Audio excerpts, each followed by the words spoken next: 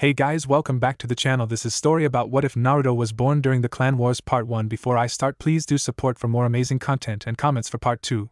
Do consider to subscribe my channel and share my video to your friends and check out the description as well. Let's start the video. Whenever someone of their profession thought of the Uzumaki clan, they always envisioned a clan filled to the brim with redheads that had impeccable writing and a knack for outliving everyone that didn't share their bloodline.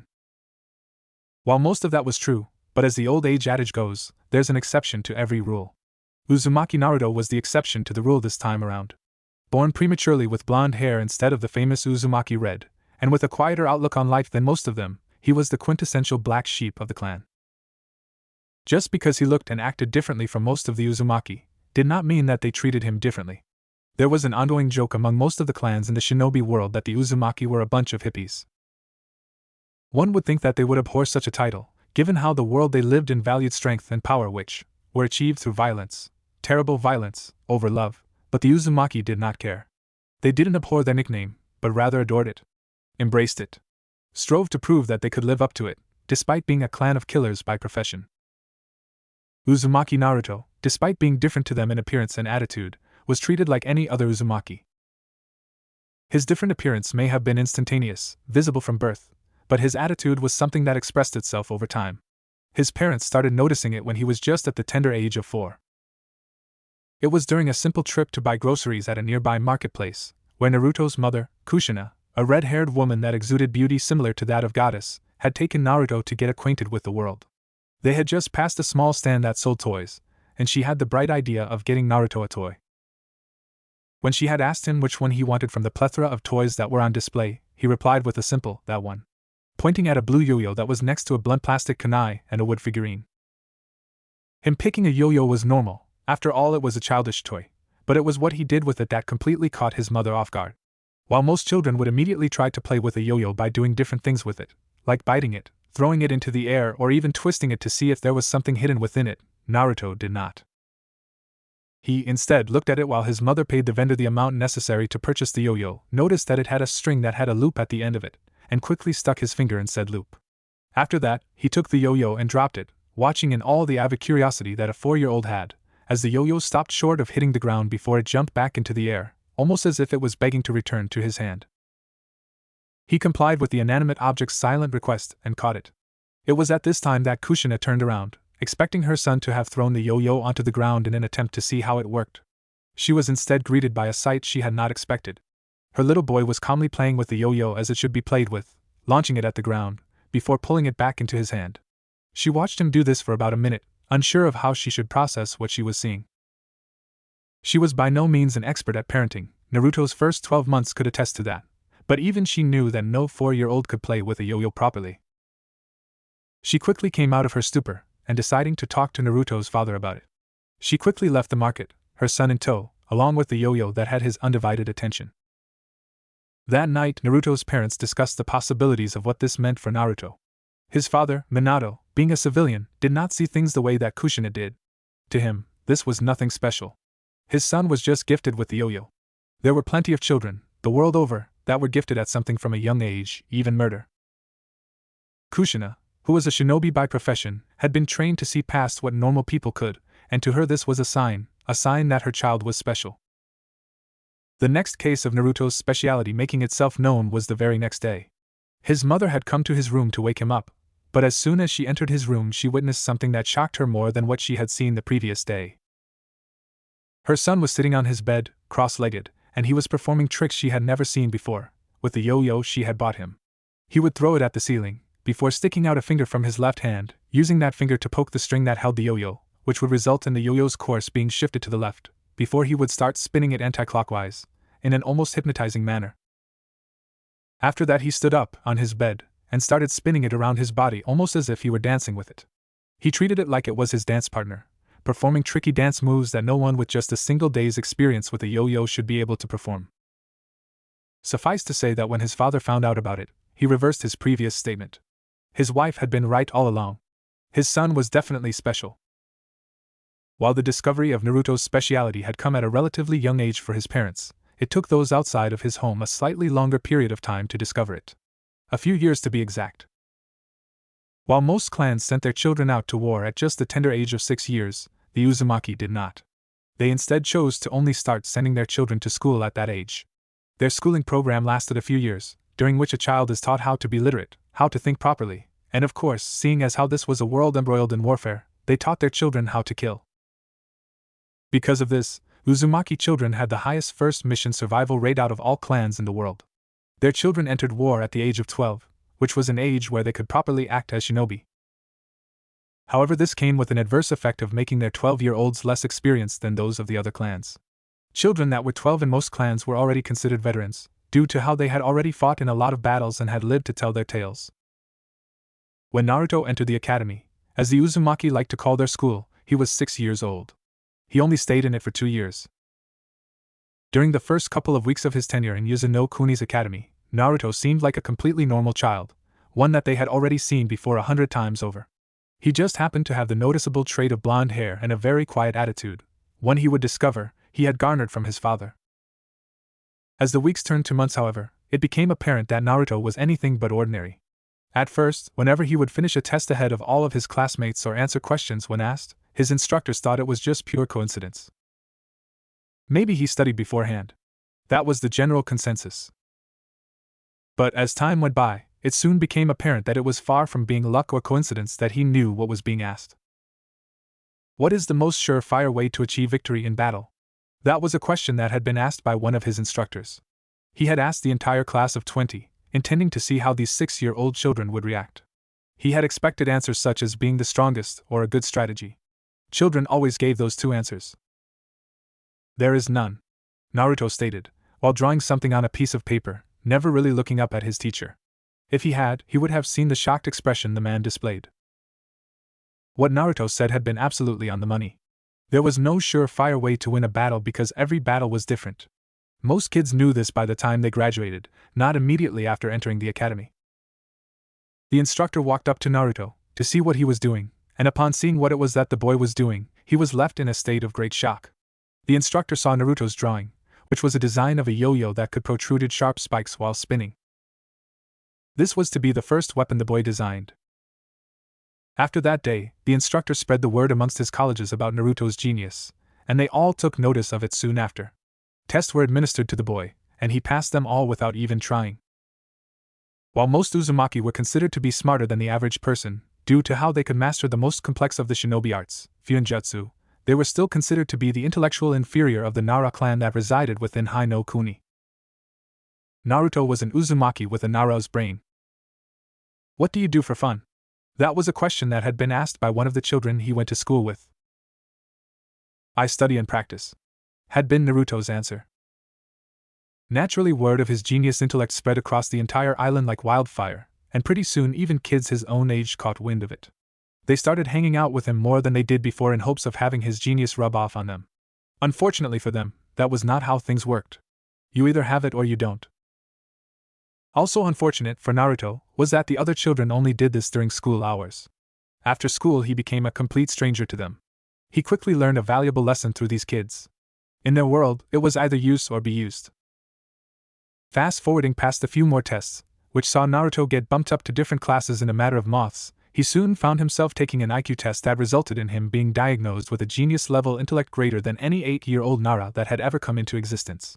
It was also immediately after this test that it was made apparent that Naruto had learned all that he could from the academy, bar killing, and he was completely bored. We would like to personally train him. That was a statement uttered by a man named Uzumaki Jin, the head of their clan. He had heard of Naruto's special intelligence, and as such he had become interested in him. He had come over to Naruto's parents personally, in order to ask for permission to train him. Well, it wasn't really a matter that was up for debate, and Naruto's parents knew it. When your clan leader wanted something from you, you did it, regardless of how you felt about it. Not doing so would be seen as an act of insubordination. And everybody knew what that meant for you. Death. Regardless though, Kushina was a proud woman that had built a reputation as a hot-blooded individual, and this made itself apparent almost immediately when she decided to throw caution to the wind and say, "Why?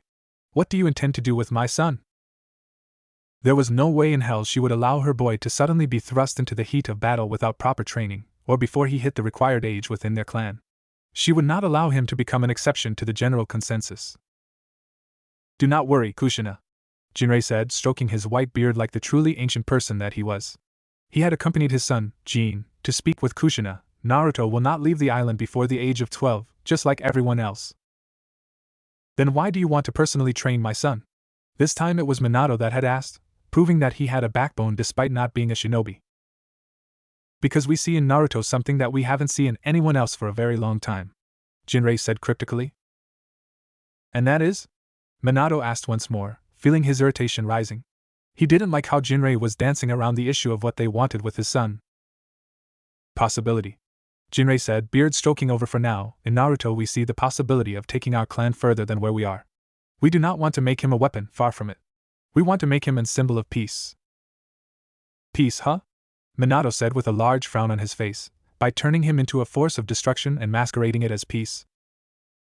No, whatever else that Jin was going to say died in his throat when Minato slammed his hand onto the wooden table that they sat in. Damn you! You shinobi don't know anything about peace. You go around murdering people, not giving a damn about the innocents that get caught in the way, and you go around preaching peace. My wife murders people for a living. And now you want to make my son a murderer too? Minato's voice had risen to new heights that seemed uncontrollable. His voice was shaking as he spoke to the clan leader and his predecessor. His wife's soft, and also very warm, hand was all it took to calm him down. She simply placed it on top of his raging fist, and his anger was immediately quelled. She understood his pain, she really did. She didn't want her only child to become a murderer at a young age, but this was just the terrible, cruel reality of the world that they lived in. Just Minato began, stepping out of the chair he sat in, just make sure that he at least has one friend. Kami-sama knows he needs those. With that, the trio of Uzumaki warriors watched Minato walk out of the kitchen with his head held low, knowing very well that there was nothing he could do about his son's situation. They were all sure that he wished that he was different. Not stupid, but significantly less intellectual than he was right now. That way, they would never have had to deal with the bullshit that they were dealt with right now. The Uzumaki leader and his father left not longer after, already making preparations to have Naruto move in with them. He would train with the head family during the week, but be able to visit his family during the weekend.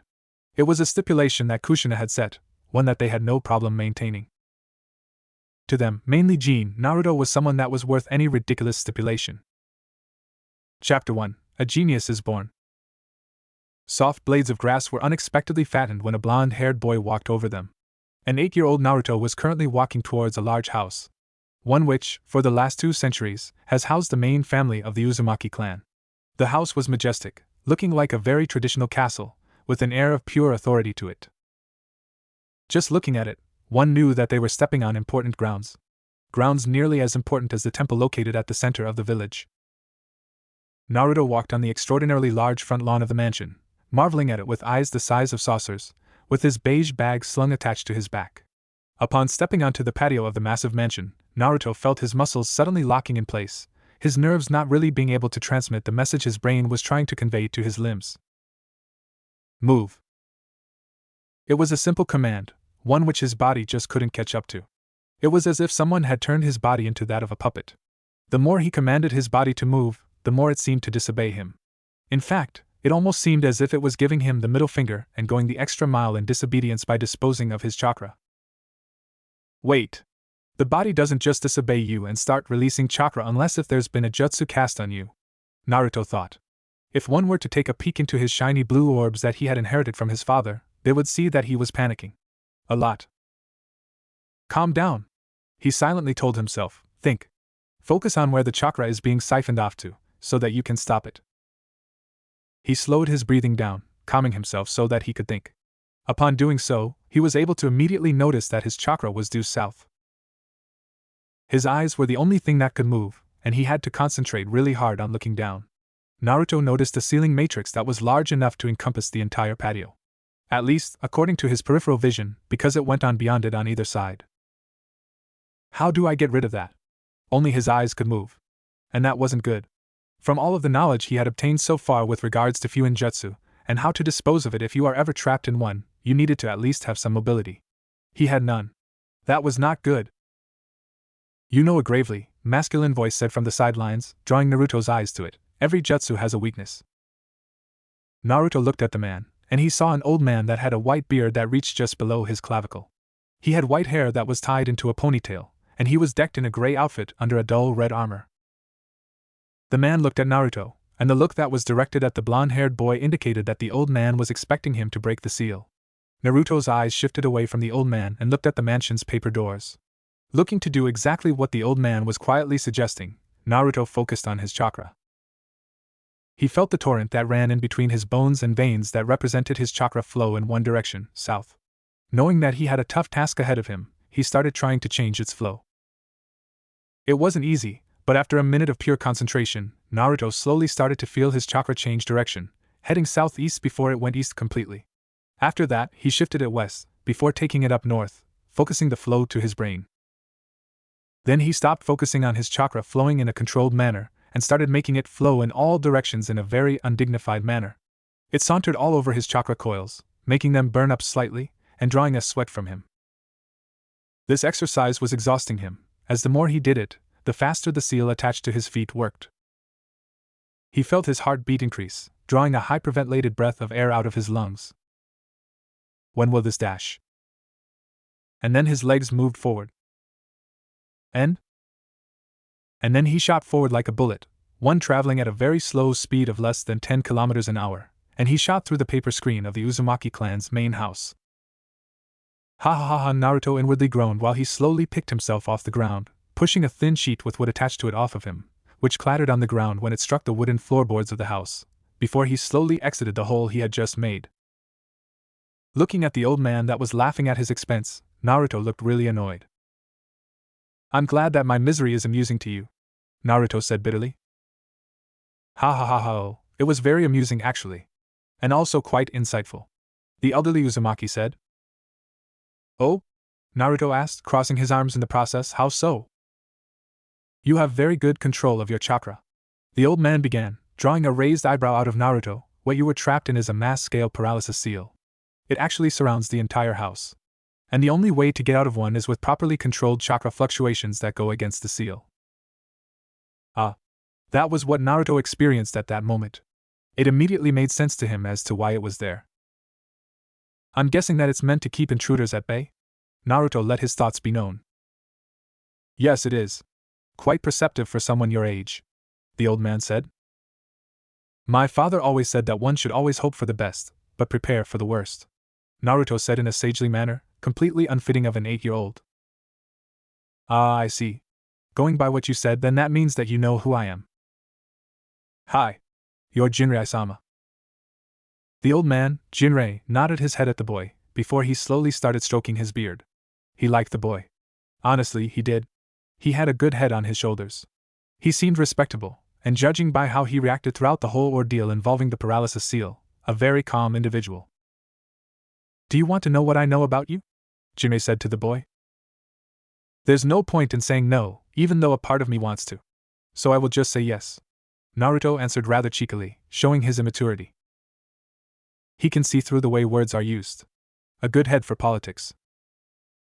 "Your name is Naruto. You like ramen, you hate vegetables. You also happen to be a very smart kid, graduating early from our academy. You reportedly have chakra reserves equal to those of a seasoned shinobi who's 15, while also having immaculate control over it," Jinrei said, pausing to swallow some spittle. "Don't all Uzumaki have large pools of chakra?" Naruto asked. As far as he knew, he was nothing special when it came to chakra quantity. "True, we do have large chakra pools. But the comparison was made with a 15-year-old Uzumaki in mind, not someone from another clan," Jinrei said, drawing a shocked look from the boy. "How do you know this?" "I didn't know that it was possible to measure one's chakra quantity," Naruto said quickly, unfurling his arms and walking away from the hole he made. The old man did not say much. He instead pointed down, causing the boy he was with to look where he was pointing. "The paralysis seal that you were ensnared in is one of my own designs. It ensnares one in a powerful binding spell, before it slowly starts sucking out your chakra. That way by the time you figure out how to disable it, you won't have enough chakra to do so," Jinrei said. "You were caught in it for 4 minutes, 10 seconds, which is just how long a 12-year-old Uzumaki would last before he or she actually collapsed from chakra exhaustion." Naruto nodded his head at the beard-stroking man, indicating that he understood what he said. "You appear to have barely felt the drain on your reserves. Let me ask you a question, Naruto." Once again, Naruto nodded his head at the man. This time, though, It was a means of telling him to proceed. Do you know why our clan sends children out to battle only after they have reached the age of 12? Jinrei asked. No. Naruto shook his head. I only know that you do it so that we, as the children of the clan, can have normal childhoods free of violence. But I'm guessing that is not the true reason why. Jinrei stopped his beard stroking for a moment, mesmerized by the fact that the boy seemed intelligent enough to guess that the reason that they always dished out in their public service announcements, with regards to early graduation, was really just a farce. He didn't know how, but he could see through the thinly veiled lie the clan had constructed. Very perceptive indeed. You're right. The real reason, which I'm not supposed to be telling you due to you being underage, but I will do so anyway because you seem like someone that won't go around spouting what I'm going to say to the general public, is that a shinobi's chakra grows exponentially when they hit puberty. So that means that you can get taught things, more advanced techniques, as you grow older. Which also means that that is when you have the biggest growth spurt as a shinobi. If you don't take advantage of it then it will definitely go to waste. Jinrei said, stroking his beard once more while looking at the hole Naruto made. Naruto, meanwhile, had one simple, yet very confusing question rolling around in his head. What's puberty? Suffice to say that Jinrei wished he had not told Naruto one of the clan's secrets. A very awkward few minutes later. Naruto, after being told what he would be going through in a few years' time, minus the explicit details about coitus, now found himself in the Uzumaki clan's main house's lounge. He was told by Jinrei to wait there, and he did. Jinrei, despite exuding an air of authority, seemed like he was a fun-loving person. Naruto came to this conclusion after they had used the hole he had made in the screen as an entrance into the house. When Naruto had asked him why they hadn't used the normal entrance, he replied with a simple, "What's wrong with the door that you just made?" So yes, judging by those words, the old man seemed like a bit of a rebel, which honestly wasn't what Naruto had expected when he got to know the elder Uzumaki a bit. According to what Naruto had read up on the man, yes, Jinrei was so important that he had written text talking about him. He was a child prodigy, so gifted in Fuinjutsu that he surpassed his father, the greatest at the time, at just the age of 20, which was a record. He was the one that had come up with the academy system, choosing to find a place where a lot of Uzumaki children could be taught at the same time, thus making sure that they were all more or less around the same skill level. His mind was so sharp that he was dubbed Jinrei the Wise. With all of these things in mind, he had expected someone that was stoic, like most clan leaders were. At least that is what he had heard through the grapevine. Clan leaders were notorious stoic. He didn't expect to find a man that seemed carefree, who seemingly had a sense of humor while also able to exude power and authority like it was child's play. Which, Naruto concluded, probably was for the man. The lounge. Naruto heard Jinrei shout from somewhere within the house. He heard footsteps coming from the hallway that was to the right-hand side of the lounge when you exited it, and he focused his attention onto the entrance that led to and from the hall. The footsteps grew louder and louder, heightening Naruto's sense of anticipation for whoever was running towards him. He was a kid that had only recently discovered what puberty was. He couldn't help feeling anxious, genius or not. His anxiety came to an end when the person that had been running in the hall came to a screeching halt at the entryway. Purple stared at blue. Red buns were parallel with gold and yellow spikes. Tan skin contorted to match its pale counterpart. And then there was a smile. A megawatt smile that showed of a set of pearly whites. "You're Naruto, right?" the girl said to him. "Yeah," Naruto said, drawing out his response as if he was not really being sure that was his name. "Great," the girl with the megawatt smile said, clapping her pale hands together in a cheerful manner. "I'm Mito." Naruto was quiet for a few seconds, not really sure about how he should proceed. "Make sure to always be respectful to the main family." His mother's words rang in his head, and immediately after that he said, It's a pleasure to meet you, Mito-sama." Naruto bowed his head when he said this, eliciting a raised eyebrow from Mito. Why are you bowing at me?" Mito asked him, and when Naruto looked at her after bowing his head, he noticed that she was looking at him like he had grown a second head. "I'm being respectful towards you, Mito-sama," Naruto said, a bit unsure of himself. "Huh?" Mito tilted her head slightly, looking at the boy that seemed to be around her age, with pure confusion. "I thought friends weren't supposed to bow at each other." "Friends?" Naruto exclaimed in shock. He didn't have many, if any, friends. "Yes. We're friends, aren't we?" Mito may have said it like a question, but Naruto somehow got the impression that it was anything but that. "Make sure to always be respectful to the main family." His mother's words ringing in his head once more, he quickly said, "Why yes. We're friends." Naruto was quickly coming to the conclusion that he was very wrong about how he had thought the main family would be. He had guessed that they would actually be uptight individuals that demanded respect, but his interaction with Jinrei and Mito told him otherwise. They seemed like they were the total opposite of what he had expected to find. It was at that moment that Jinrei walked up to Mito and pushed her inside the lounge lightly, eliciting a yelp from the girl, and then a snarl immediately afterwards. Behind Jinrei was a man that had hair that was as red as Mito's, while also sporting a large scar that went across his left cheek. "You really need to learn how to be patient, child," Jinrei chided the girl, who simply folded her arms at his comment and then chose to stick her nose in the air while closing her eyes. Naruto watched their interaction with an amused expression, before he felt something akin to a single ray of light trying to pierce his skull. When his eyes drifted towards the source of this invisible discomfort, he found the man that had been walking with Jinrei staring at him with a huge frown on his face. Staring was actually putting this into a lighter perspective. No. The man was literally drilling into him with his eyes. This made Naruto very uncomfortable, very fast. The man had, in a few seconds, managed to take away the friendly atmosphere that had been exuded by Jinrei and Mito. He made Naruto want to look away, which he did. The boy chose to focus his eyes on some of the paintings on the wall, noticing how each of them depicted a great warrior riding a horse into battle, or a man fighting a beast of some kind. Looking at these things did not make Naruto feel any relief from the drilling session. In fact, it only intensified it more, to the point where he started shuffling his feet a bit, and was thinking about turning and making a run for it through the hole he had made before. "Jin, stop," Jinrei said, and then all of a sudden, whatever pressure Naruto had felt was suddenly lifted off of him. He looked up at Jinrei and found that the old man was looking at the man, Jin, with a disapproving look. "So you're Kushina's son," Jin said in a slow, yet very authoritative manner, drawing Naruto's attention to him.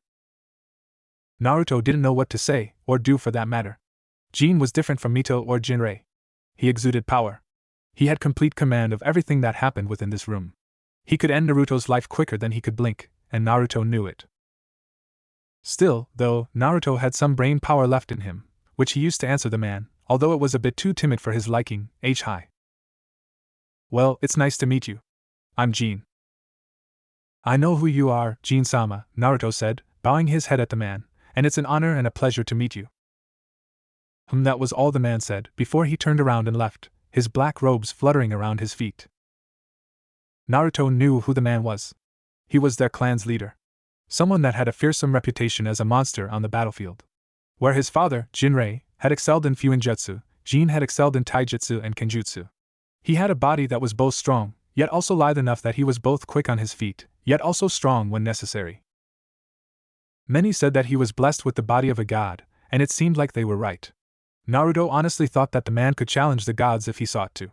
He looked absolutely menacing. Ahem. Jinrei's voice drew Naruto's mind away from his thoughts. "I hope my son's charm didn't scare you, Naruto." "Yeah," Mito said in support of her grandfather, their earlier spat lay forgotten, what Ji-chan said. "Honestly," Naruto said, swallowing some saliva, "it does scare me, actually." "Oh. Both," the Uzumaki elder and his granddaughter said in unison. "It doesn't mean I won't get over it though," Naruto said confidently, with a raised fist. Both main family members smiled up at each other upon seeing Naruto's determination, but for different reasons, and one particular reason at the same time. The reason that they shared was that if Naruto wanted to, he could leave. However, neither wanted him to do so, and this is where the different reasons came into play. "Yay!"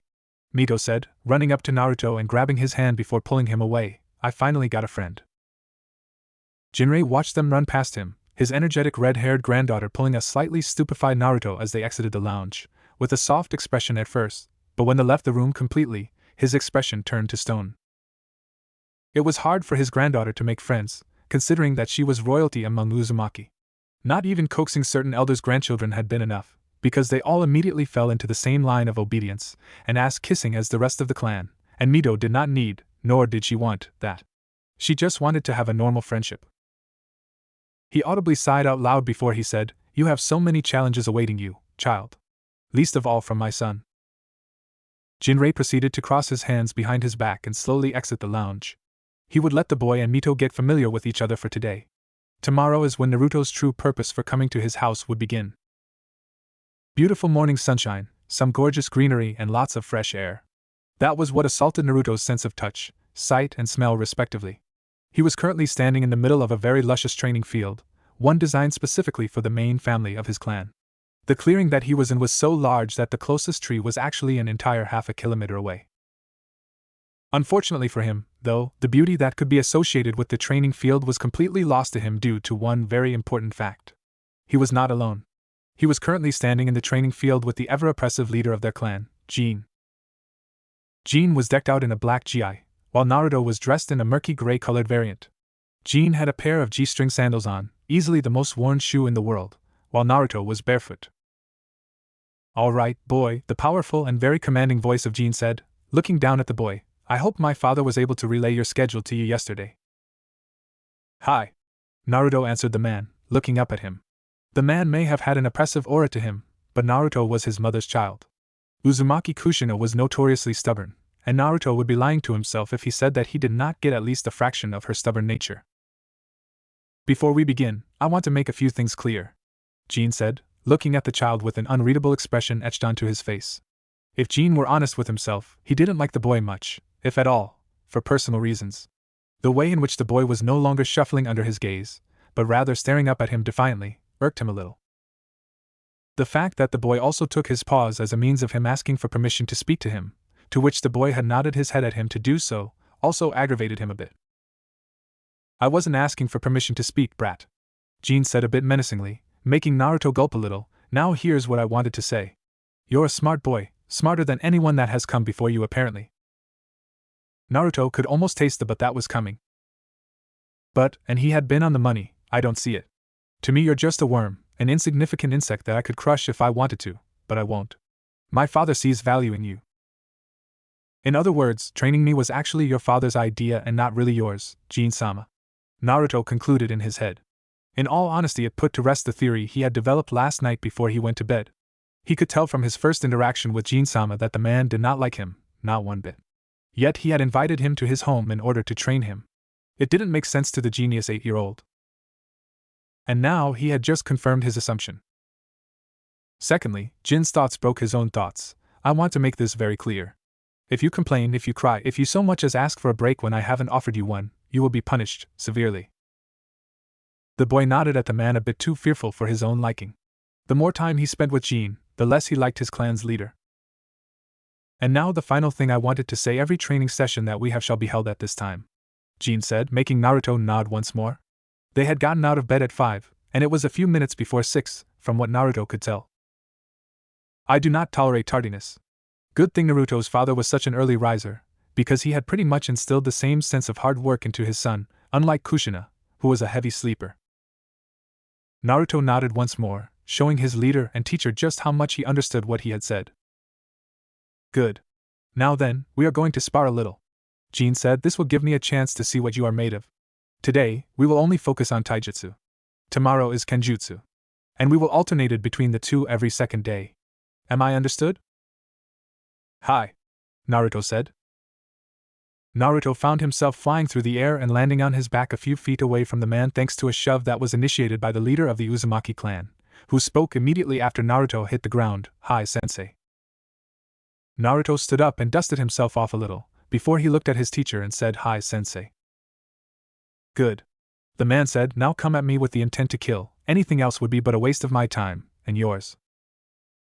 Naruto's sharp little mind was able to piece together why the man wanted him to attack him in such a manner. There was no way an 8-year-old was ever going to be able to take on a clan leader, so even if he did want to kill him, Naruto was but a speck of dirt when compared to his leader. With this in mind, the blonde obliged to his teacher's instruction. 3.5 hours later, Uzumaki main house. Tired. Absolutely goddamn tired. That was how Naruto felt after a 3-hour workout session with Jin. The man had proceeded to curb stomp him into the ground in their spar, showcasing the difference between a man and a boy, a leader and a soldier. The kimono top that once hung nicely to Naruto's body was now slumped over onto the right, meaning that the right shoulder was exposed to the air. His pants were much better, since they were held up by a piece of cloth tied around his waist tightly. As Naruto continued his procession in the house of their esteemed, an asshole, a conclusion Naruto reached very quickly. Leader, Naruto passed 2 women that he had not seen the previous day, and they were decked in white. Huh? Naruto thought for a second, watching them talk amongst themselves while they carried some folded clothes and another carried a broom and a bucket of water that was half full. Must be the servants, Naruto concluded. He hadn't seen them yesterday, but then considering that he had arrived late in the afternoon the previous day, then that meant that the servants either left early or they didn't work every day. Upon passing them, however, he soon forgot about them and his mind decided to remind of his fatigue. Jin was a monster when it came to taijutsu, that much had been obvious to Naruto. His teachers in the academy didn't hold a candle to the man. Naruto, by the time he graduated, could land a few hits on his instructors, when they were actually serious. Jin, on the other, was leaps and bounds ahead of him in this shinobi discipline. The wood creaked tiredly from under his feet, which were sore from all of the sprinting he had done this morning. He silently mused to himself, remembering the training he had just been put through, for the next several minutes, never really taking heed to where he was headed. After all, he had memorized the map of the house last night. Naruto was brought back to reality when he suddenly found himself in front of a paper door that led into a room that he was told he would meet Jinrei in. Taking a deep breath to compose himself, Naruto slid the screen to the side, allowing him entrance into the room. Upon entering the room, Naruto was greeted by the sight of Jinrei kneeling on the wooden floor of the large and very empty room, dressed in a green kimono top and a black pair of pants. Kneeling a few feet in front of Jinrei was a small bundle of white clothes and red hair that Naruto was able to immediately associate with the girl that had practically strong-armed him into being her friend. Okay, not really strong-armed, but he did not have much of a choice. As soon as he entered the room, he was immediately assaulted by Mito's smaller frame. She crashed into him, wrapping her hands around him and holding onto him for dear life as if he would disappear if she let go. Ack Mito lungs. Naruto managed to rasp out as he lightly tapped her on her shoulder. Oh, sorry, Mito said sheepishly, immediately letting go of him and taking a step back. She had an innocently apologetic look on her face as she scratched her chin a little bit while saying, I'm sorry, it's just that I thought that you weren't coming. I told you he was, child. An irate-looking Jinrei said from the sidelines. Nobody asked for your input, Ji-chan. Mito shot over her shoulder at her grandfather, leaving him a bit stupefied. Mito, Naruto began, placing a hand on the girl's shoulder, drawing her attention away from her grandfather. What on earth would make you think that I wouldn't make it? Mito looked down, trying to hide the blush she sported from Naruto, and said, I know how Otosama can be a bit too much. Naruto simply raised an eyebrow at her answer, huh? She feared that her father would have broken your spirit after just one day, Jinrei said from the sidelines. And why on earth would you think that could happen? Naruto questioned both the old man and the girl. Because you are not the first student to walk through these doors, Jinrei answered, his wrinkled finger pointing at the screen Naruto had just entered through. What? Naruto was perplexed by what the old man said. A few years ago, Mito said softly, choosing to look at her feet rather than the blonde she was speaking to, Ken and Ai-san left. Ni-san? Naruto felt the words roll out of his mouth before he could stop them. Of course he knew what she meant when she said the word Ai-san. Hi, Mito said, still choosing to look down at her feet. His reason for leaving was that he was tired of father always bullying him whenever they trained together. Naruto could see the solemn expressions that both grandfather and granddaughter shared. Whoever this Ken person had been, he had been a fundamental part of their lives until the day he left. Mito, who had been trying very hard to hold back the tears at the memory of her brother, suddenly felt something warm touch her chin. When said warm thing had forced her to look up, she noticed that it was Naruto's hand. She also noticed that the blonde was looking at her with a confident smile on his face. Hey, he said softly, using his thumb to caress her cheek in slow circles, trying to calm her down the same way that his mother used to when he was younger. Mito instinctively leaned her head into the soft ministrations of her friend, which also caused her eyes to become half-lidded. I'm not going anywhere, all right. Mito didn't know how, but she felt the honesty that was in his words in her heart. She could see it in his eyes. He was being completely honest, and she liked it. Oh, and the soft touches too. They made her feel something unexplainable. Nice, but unexplainable. Your father's training may be tough, but I am tougher, Naruto said confidently, his smile broadening ever so slightly. I won't be going anywhere until I am done with it. Okay? She nodded her head at him. Good. Now don't cry, Naruto said cheekily. Mito slapped his hand away and said I wasn't crying. Yes, you were. No, I wasn't. Yes, you were. I said no. Yes. No! No! Yes. And then Mito realized her mistake. Judging from the smirk that Naruto gave her, though, it was too late. Got you, was all he said before moving his way past her, looking to get his lesson with the softly snickering Jinrei started. Well done, Naruto, Jinrei said, behind the still and shocked Mito. What did I do? Naruto asked innocently. You did something I've never been able to do. You shut my granddaughter up, Jinrei said. That, unfortunately, had been the last thing either of them got to say. Mito, with her budding feminine fury, reared her head at them like an animal that had just turned on its master, and shouted her lungs off, You shut up, you stupid geezer. She then set her sights on Naruto and pointed her index finger at him, and you. That is the last time I will ever worry about you, okay? Good. She then plopped herself onto the ground unceremoniously, and folded her arms while also emitting an audible huff and looking away from them both. Both males looked at each other in shock, then at Mito, before looking at each other again, before they simply shrugged their shoulders in unison. Naruto, sit down. Jinrei ordered him a few seconds after their joint shoulder shrug. Naruto did as requested by the old man. Well, I had originally intended for you and Mito to begin at the same time, Jinrei said before he looked at his very annoyed granddaughter with a mischievous look in his eyes, but then I guess she's just going to have to settle with being behind you. I mean, she is a year younger than you, right, Naruto? Naruto could clearly see what the old man was trying to do. The elderly Uzumaki was trying to make Mito jealous. It seemed to be working if Mito's facial expression was anything to go by.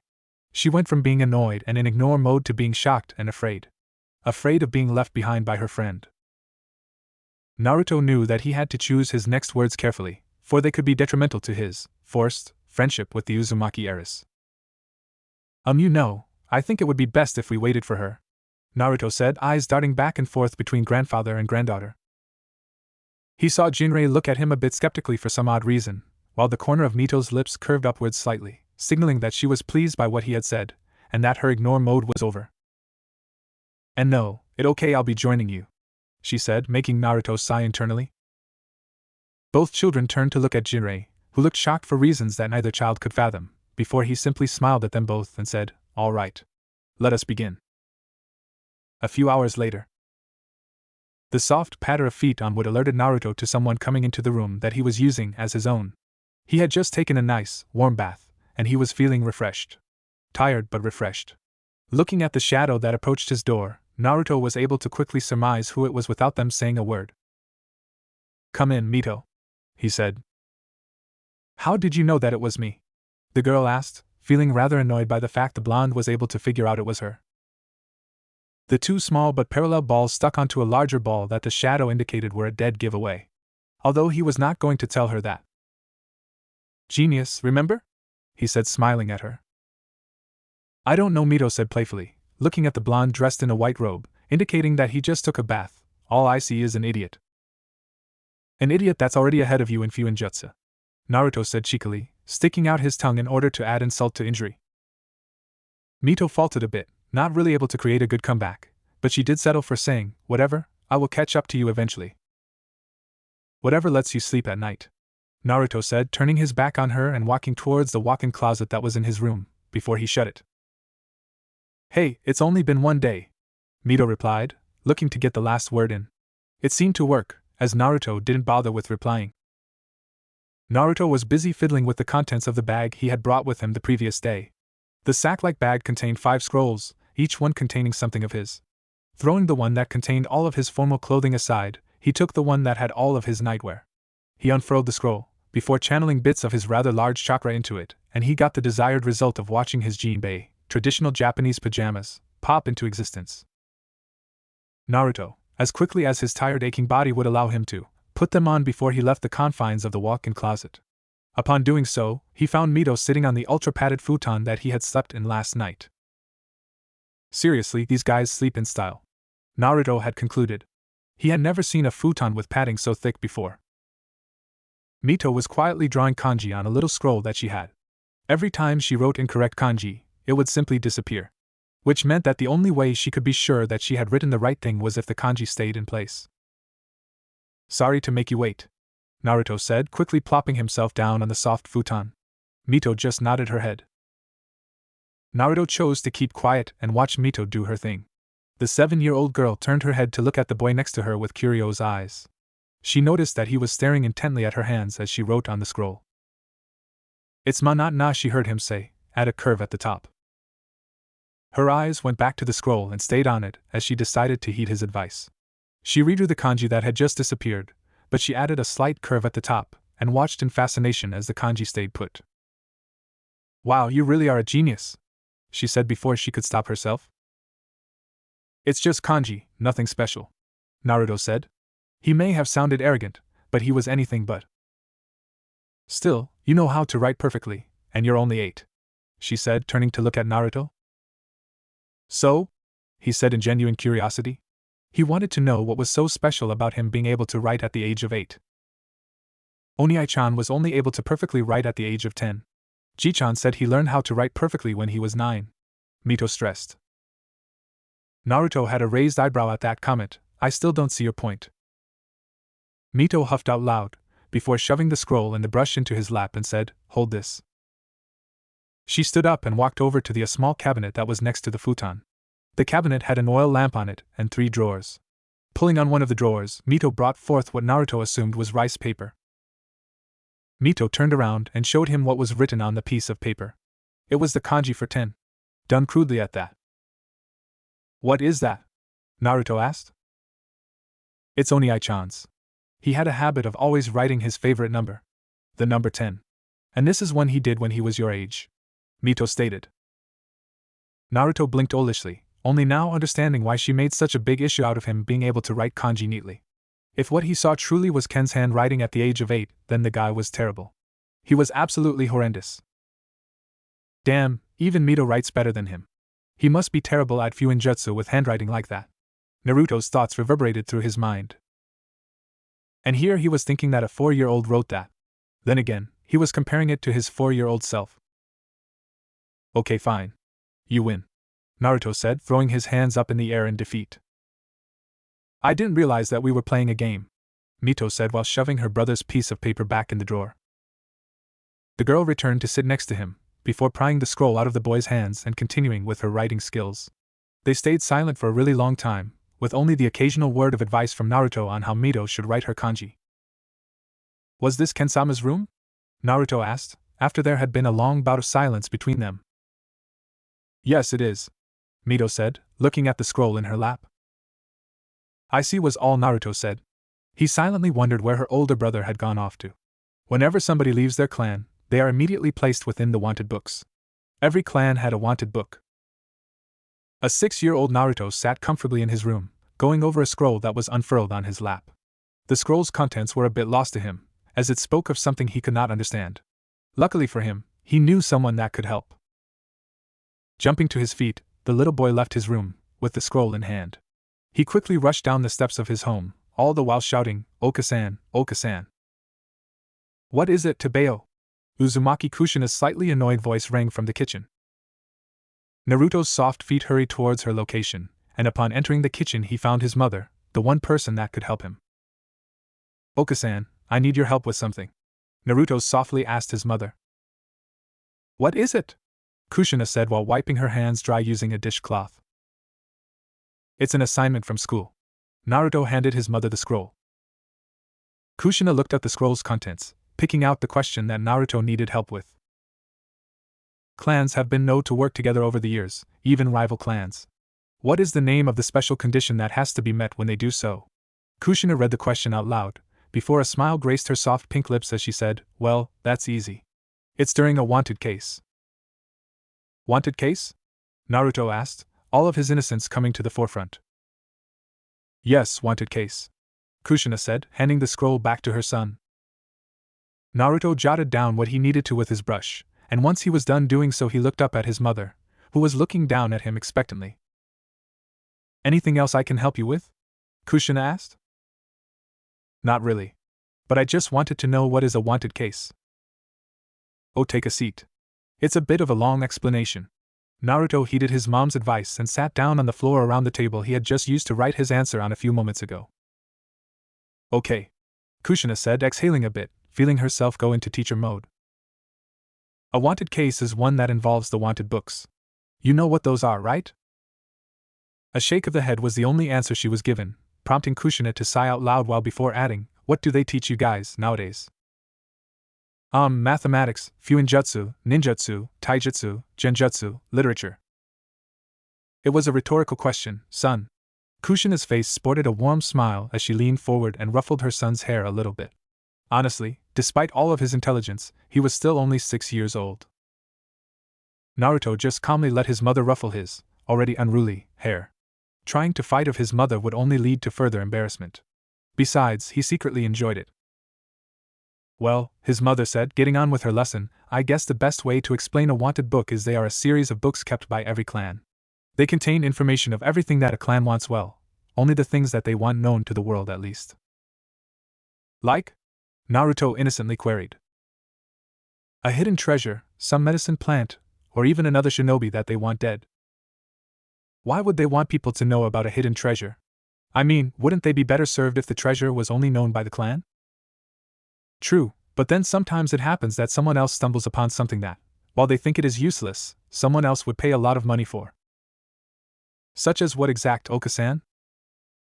"Well, let me think of an exam. Aha, got it." Kushina snapped her thumbs triumphantly as she looked at the ceiling before she looked back at her only child and said, "Well, I know for instance that certain jutsu scrolls, or information pertaining to certain jutsu is highly valuable. For instance, I once heard that the Uchiha clan are willing to pay 100,000 ryo for concrete information on the Hashiman." "What's a Hashiman?" "The Hashiman is a technique that allows you to increase your body's strength exponentially. It's a short-lived power boost, but very handy.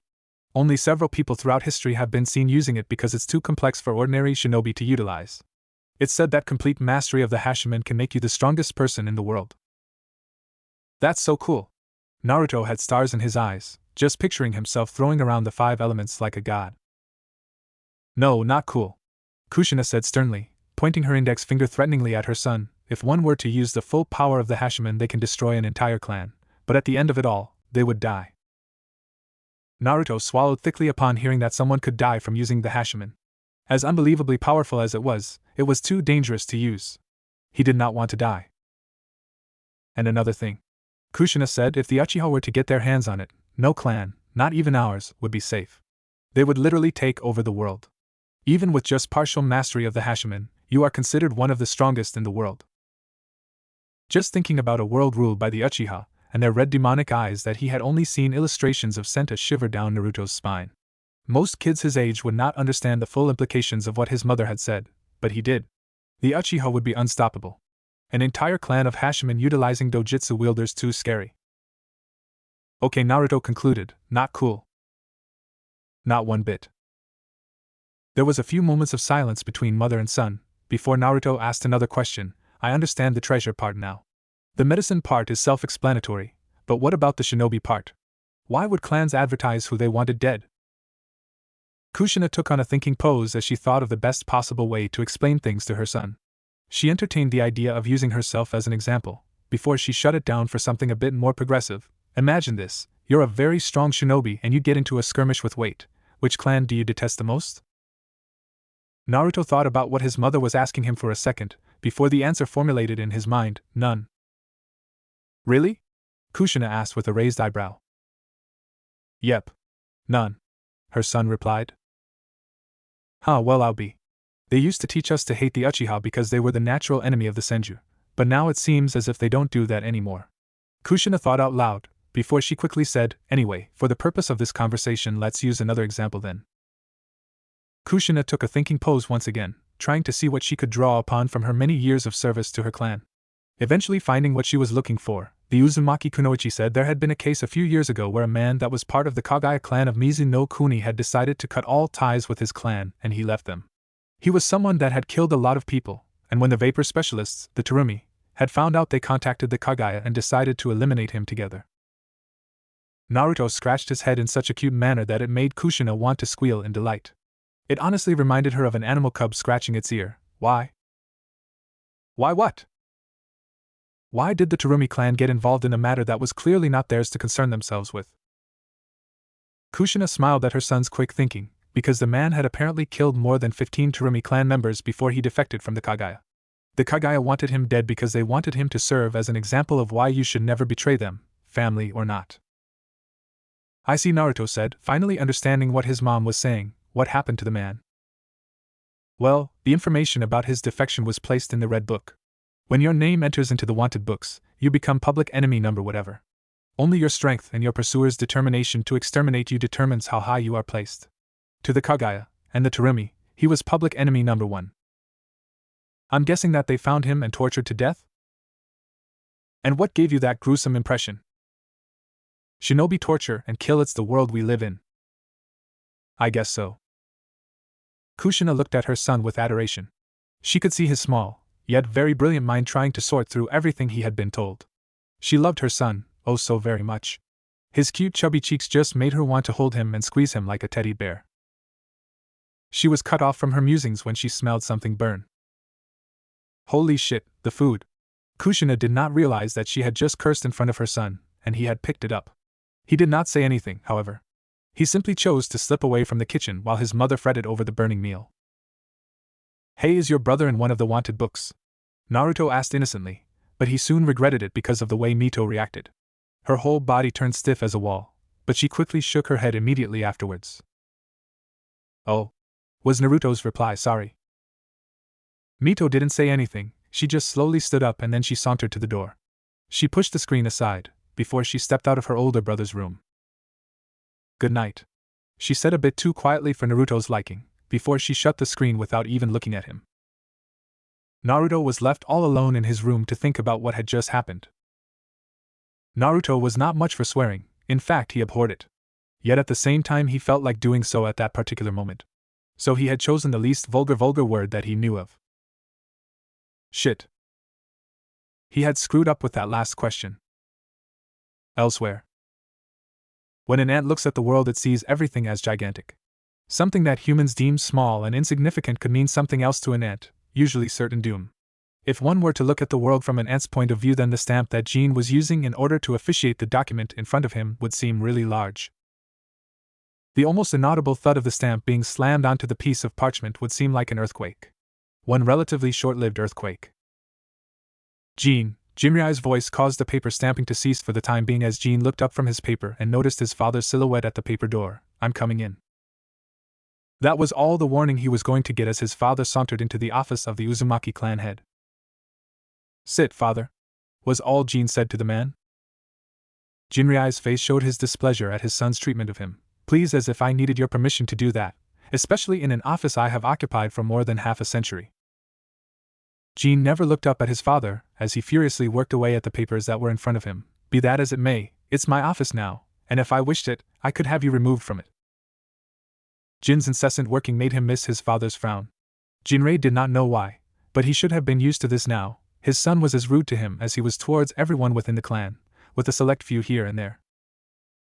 Quickly schooling his features into a neutral expression, the old man said, I wanted to discuss Naruto's first day in training.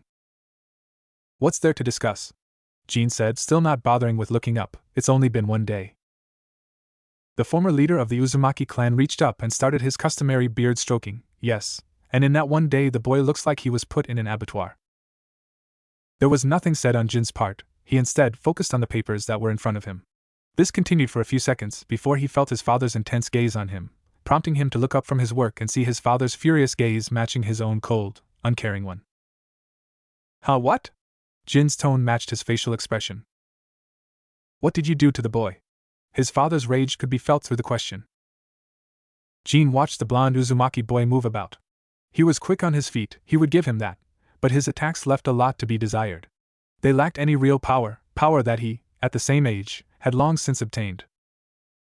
Parrying another strike to the head, before delivering a palm thrust to the boy's chest, Jin watched in impassiveness as Naruto picked himself off the ground. The boy's outfit had grass stains on it from all of the times he had fallen flat on his back. Stop, he told the boy in a calm manner, befitting an individual such as him, to which the boy complied with. I have seen enough, he told the boy, and I have to say that I am disappointed. Genius of the Uzumaki, my foot. Naruto was pretty sure that he wasn't supposed to hear that last part, but he didn't care. Unlike most people, he didn't live for the sole purpose of getting his clan head's recognition. He didn't really care what Jin thought of him, and he had a feeling that Jin knew so. While you are very quick on your feet, boy, he paused a bit. What for? Naruto didn't know, you are also very weak in terms of physical strength. So here is what I am going to do. I am going to have to work with you on increasing your upper body strength while also keeping you light on your feet. The boy was fast, exceptionally so, for an 8-year-old. Once again, Naruto nodded in understanding. We'll begin that now. Quicker than Naruto could follow, Jin shoved his hand into the ground and withdrew a chunk of it, holding it up for the world to see. You will take this, he threw the large rock at Naruto, who caught it with a loud huff, and you will run around the edge of the clearing at full sprint. Naruto swallowed thickly upon realizing that the circumference of the clearing was 1 whole kilometer, meaning that is how much he would have to run, at full sprint. Oh, he was fucked. Nothing, Jin answered coolly. It better be. I don't want you to treat him as an anvil to pound out your frustrations. What are you talking about, old man? I know you hate the boy because he reminds of what you've always wanted, but could never have. Shut up, Jin said, striking the small table he knelt in front of with all of the might he could master, which resulted in the table taking on the form of 2 hemispheres like a brain. Jinrei knew he had struck a nerve with his son, but he needed to say what was on his mind, or else he would continue to torture the boy that was left in their care. Why? Because you, boy, seem to have me confused with those of the clan that fear you, Jinrei said, his eyes becoming as ice cold as his son's in an instant. I brought you into this world, and I can take you out of it. Remember that when speaking to me. Jin knew his father was serious. This man was one of the most dangerous men alive. He was the strongest Uzumaki alive, despite his age. If provoked, he could kill him. After all, it nearly happened once. The boy Jin began, trying, and failing, to control his rage at having been treated like a child. He means nothing to me beyond being a tool I can utilize to take the clan to new heights. That's the only reason why I agreed to this idea of yours, father. So he does not have any emotional effect on you, in any way? Jinrei asked, although he already knew the answer. No, Jin answered. Jinrei would have frowned if he could at that moment, but he was too cross with his son to do so. His son did just lie to him about Naruto not having any effect on him. Good. See to it that it stays this way, Jinrei said coldly. Honestly, his son brought out the worst in him at times. Getting up, the old man marched towards the paper door that would lead out of his son's office. I got a letter. But he was stopped by his son's voice. From whom? Jinrei asked, spinning on his heels to get a look at his son. Our distant cousins. And what do they want now? Another one of us to teach them how to seal? Or are they still trying to get us to catch them a biju? Honestly, the supposed greatest clan in the world that mastered everything were a pain in the back at times, even to their relatives.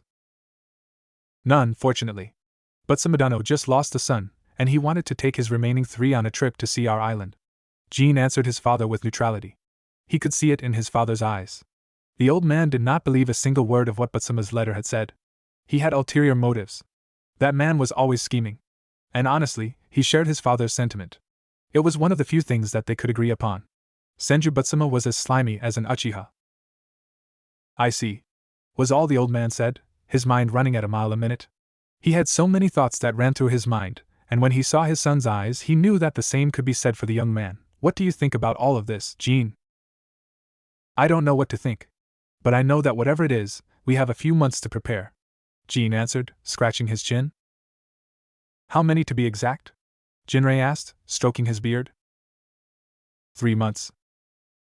There was a few moments of silence, as neither father or son said anything. Jinrei's feet shuffled to the door, before his hands slid it open and walked out of the room, realizing that he had a huge job on his hands. Getting Jin to ease up on Naruto, and to also deal with this mess that was coming with the Senju. Those morons were probably going to ask his clan to join in their silly skirmishes with the Uchiha, and whatever other clan they dared cross paths with or a clan that dared to cross paths with them. Honestly, why was he still alive? The sound of rain pelting a window pane was all Naruto could hear when his mind came out of his dreamless sleep. He slowly got out of his bed and sauntered over to the window. Peeling the curtain open, he was able to get a good view of the terrible weather outside. Sighing to himself, the boy let go of the curtain, knowing it would correct itself, as he quickly left his bedroom. He left his room and went into the upstairs bathroom of his parents' house. He was back here, at the house where he was born, for the weekend.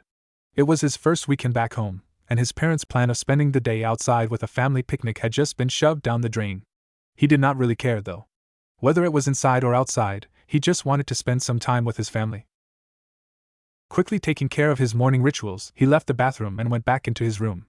He quickly sorted out his bed, making sure that it was neatly arranged for when he returned later on at night for his sleep. He left the bedroom not long after. Walking into the living room, he found his father sitting there with a deck of cards laid out in front of him. His father, a man he had inherited his looks from, looked up at him as soon as he made his presence known.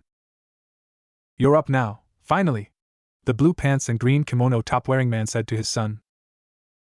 "How long have you been waiting for me?" Naruto asked his father as he sat down on a cushion that was on the opposite side of his father's table. Minato placed his right index finger on his chin and lightly tapped it. 10 minutes, I think." "I see," Naruto said as he took the cards that were laid out in front of his father, and he started shuffling them. "Well, what are we playing first?" "Your call, kiddo," his dad answered. Naruto loved his father to bits. The man was, without a shadow of a doubt, the most calm individual Naruto had ever seen. Naruto sometimes entertained the fantasy that his father would have made for a truly frightening shinobi had he been introduced to the art from an early age instead of being a carpenter. "All right." Naruto proceeded to lay out the cards he had just finished shuffling in front of his dad for a game of crazy eights, before a question popped into his head. "Where's Mom?" "She went shopping for things you would need for the upcoming week," Minato answered as he picked up his playing cards and smiled a little at seeing his favorable hand. "Don't tell me she was seriously considering buying all of the material I needed for my next invention?" Naruto asked in a flabbergasted manner. "Oh, she is," Minato said with a smile on his face. "Let me guess," Naruto spoke with a deadpan expression as he looked at his hand, and picked up a card from the deck in waiting. "She wants it too." "Yep," was all Minato said as he played his card. He then looked at his son in the eyes and said, "So tell me something." Naruto looked up at his dad and said, "Yeah?" "How's that bastard Jin treating you?" Minato said, barely able to keep the venom out of his voice. He honestly did not like the leader of the Uzumaki clan. He was always so pompous and had a holier-than-thou attitude that made Minato hate him. Yes, he hated the man. Naruto did not make a single move for a second, trying to formulate the right words in his head. His father, upon seeing his hesitation, came up to his own conclusion. "He's bordering on the line of being abusive to you, isn't he?" Minato said in a deathly whisper. His son's non-response prompted him to think of the worst things imaginable. He saw an image of his son being whipped on his back while being made to run on broken glass. "No, he isn't," Naruto answered. "There's no such thing as abusive when it comes to shinobi training, Tusan." Minato did not like what his was implying. Has that bastard not only abused his son, but also brainwashed him into believing that a thing such as abuse did not exist? This was one of the main reasons why he hated almost everything related to being a shinobi. His eyes had a cold edge to them that Naruto rarely saw whenever he spoke with his father, as the man spoke in a very quiet tone. "What do you mean?" "Exactly that, Tusan," Naruto answered a bit fearfully, his father's tone not sitting well with him. "Shinobi, in order to achieve perfection, put their lives on the line, even when they train." "But that's wrong," Minato said almost instantly, his cold edge gone, and now replaced by a warm glow of concern. "People shouldn't risk their lives that much that they're convinced that abusing their own bodies is the only way forward for them in terms of being a shinobi. And besides, there is no such thing as perfection." Naruto, upon seeing this, realized exactly why his father was not a shinobi and why the man might not really have been cut out for it, even with his overly calm nature. He was just too damn soft. He may have been young, but he could tell that his father had a bit of a naive view of the world. "Tell that to those that don't know it," Naruto said, continuing with his turn. He always knew that there was no such thing as perfection. He never truly aimed for it. Only idiots did that. "Look at that, even my 8-year-old son knows that there's no such thing as perfection," Minato said animatedly. His son also happened to be a genius among geniuses, but that was beside the point. "But there is near perfection," Naruto said bluntly as he watched his father play. Minato froze for a second at what his son said. Once again, his son said something he did not like one bit. It meant that his son was willing to put his life on the line as well, like every other shinobi out there. Before he could voice his concerns, however, their front door slid open, and in walked in the lady of the house. "Boys, I'm home," Kushina said as she made her way towards her two favorite people in the entire world. "Hey, Kaa-chan," Naruto said as he watched his mother walk into the living room barefoot. Her shoes, Naruto guessed, were probably left outside due to the rain. The bottom part of her dress was damp from the rain. Her umbrella could not thoroughly protect her from the water that came from the heavens. Kushina walked all the way up to Naruto first, since he was the closest, and she bent down and hugged him with one arm, before she kissed the top of his head. So, how are my favorite people doing on this very, very annoyingly wet day? Minato smiled at his wife as she came up to him and kissed him on the lips, getting Naruto to elicit an EW. Before he said, "A lot better than you, that's for certain." "Ow." Minato was hit by a punch on his left shoulder as Kushina sat beside him. "What was that for?" "What do you think it was for, you sissy?" Kushina said, closing her eyes and sticking her tongue out at her husband. Minato quickly reached out and grabbed hold of her tongue with his thumb and index finger and lightly tugged it. Ha ha ha ha ha! Naruto was laughing out loud from the sidelines, watching the heartwarming interaction between his parents. "Mean though, let go os my thing?" Kushina asked nicely. "Nope." Minato said sweetly as well, all the while looking at his wife with a matching smile on his face. "Not until you apologize." "Let it be known, universe, that I asked him politely first," Kushina mentally intoned, before she quickly reached out and did something that made Minato scream like a little girl. "Yee-hee-hee-hee," Minato said as he instantly let go of his wife's tongue and tried to pry off her vice-grip-like hand from his family jewels. "Apologize for what, sweetie?" Now it was Kushina's turn to speak with a sweet smile on her face. No, nothing," Minato said as he tried to back away from his wife in order to lessen her grip on his nether region. He was feeling a lot of pain at the moment, and he would be willing to do anything to make it end. "Now let me ask you this," Kushina said, sickly sweet smile still plastered on her face. "Who's a sissy?" "I am." Minato's voice was almost inaudible as he squeaked out his answer. "Good," Kushina said, as she let go of his family jewels, "and don't you forget it." Kushina stood up and walked up to her son, who was looking at his father cradling his private part, while rolling on the floor very slowly, tears streaming down his face, with a very horrified expression etched onto his face. Upon reaching her son, Kushina grew an amused expression when she saw him cover his private part. "Don't worry, sweetie," Kushina said as she reached out and ruffled Naruto's hair. "I won't do that to you, just so long as you promise not to be an idiot like my dear husband." Naruto did not say anything. Instead, he chose to just shake his head in affirmation at her thinly veiled threat to him. "Oh, before I forget," he heard his mom say above him, "Here." Naruto heard a small pop, a sound he had come to know as one that only occurred in two events. Number one was during an unsealing ritual, and the other was during the usage of the Kawarimi no Jutsu. A second later, a scroll the size of his forearm had made itself known to him as it was placed between his eyes vertically, thus leading him to conclude that the sound was probably from a wrist seal being used. His hands left his crotch and they humbly accepted the scroll, all the while he did not really look up to his mom as she walked away. He was still too transfixed on the scene he had just seen. His mother was absolutely dangerous. No one was safe from her, not even the man that had impregnated her almost 9 years ago. "Thanks," he said in a dead voice before his mother came back to bonk him on the head for forgetting to say so. The first time that happened was all the necessary reminder that he needed. "No problem, sweetie." His mother's muffled voice came from the passage, most probably on her way to change out of her slightly wet clothing. Whyy? Naruto watched in shock as his father kept cradling the most sensitive portion of his body. Why did I have to marry an Uzumaki? Why indeed? Naruto wondered to himself. Warmth. That's the feeling that one would get as soon as they stepped into the home of the first family. A warmth that was so pleasing that it would make you forget that you were in a shinobi home, and that you were within the confines of one of the most secure houses throughout the world. The warmth washes over you, like a fountain of warm water, caressing your skin, making your mind go numb for just a second. I see that you're back. All before the cold hard reality of this being a shinobi home brings you back to reality, courtesy of the leader of the Uzumaki clan, Jin. Hi, Jin-sama. Good. Then stop standing in the doorway like an idiot. You're ruining the warmth in the house. The man's awfully cold and off-putting voice droned from a few feet in front of Naruto. Gomen, Jin-sama.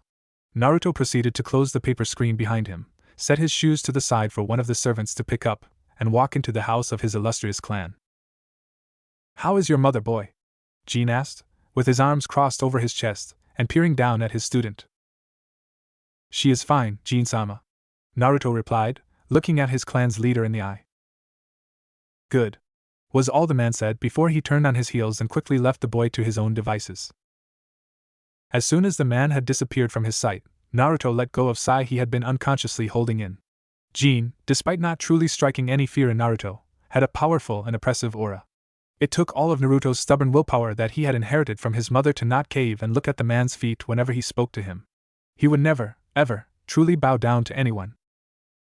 After all, to him, there was respect, then there was complete slavery and servitude. He always strove for the former, never the latter. His latent Uzumaki stubbornness would never truly allow him to do so. Naruto? You're back? Naruto heard the soft, heartwarming voice of his friend calling to him. It withdrew him from his thoughts and placed him back in reality.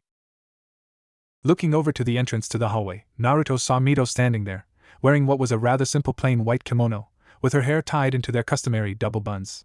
She had a rather large smile on her face, not really what Naruto had been expecting to see on the face of the young girl. "Hey, Mito," was all the blonde could say, before his friend had covered the distance between them and swallowed him in her arms. What the dash? Is she no longer mad at me? Naruto thought, feeling utterly confused by what Mito was doing. Deciding on not looking a gift horse in the mouth, Naruto hugged her back, feeling the warmth that she radiated. It matched her smile, and it was all thanks to the fact that she had been indoors the entire weekend, while he had not. "So, how was the weekend at your parents' place?" Mito asked, pulling back from the slightly taller blonde-haired boy and looking at him up and down, as if trying to see if he would physically metamorphose in front of her. "My weekend was awesome. I didn't want to return, but I'm obligated to do so." "Why?" "Because your dad's a dick and I am the sorry unlucky bastard blessed with the genius intellect that he has set his sights on," is what he wanted to say. Instead, with a small smile, he said, "My weekend was awesome. I got to spend some quality time with my parents, and while it was sad leaving them, I couldn't wait to come and see you." Mito brightened up as soon as she heard the last part of what he had said.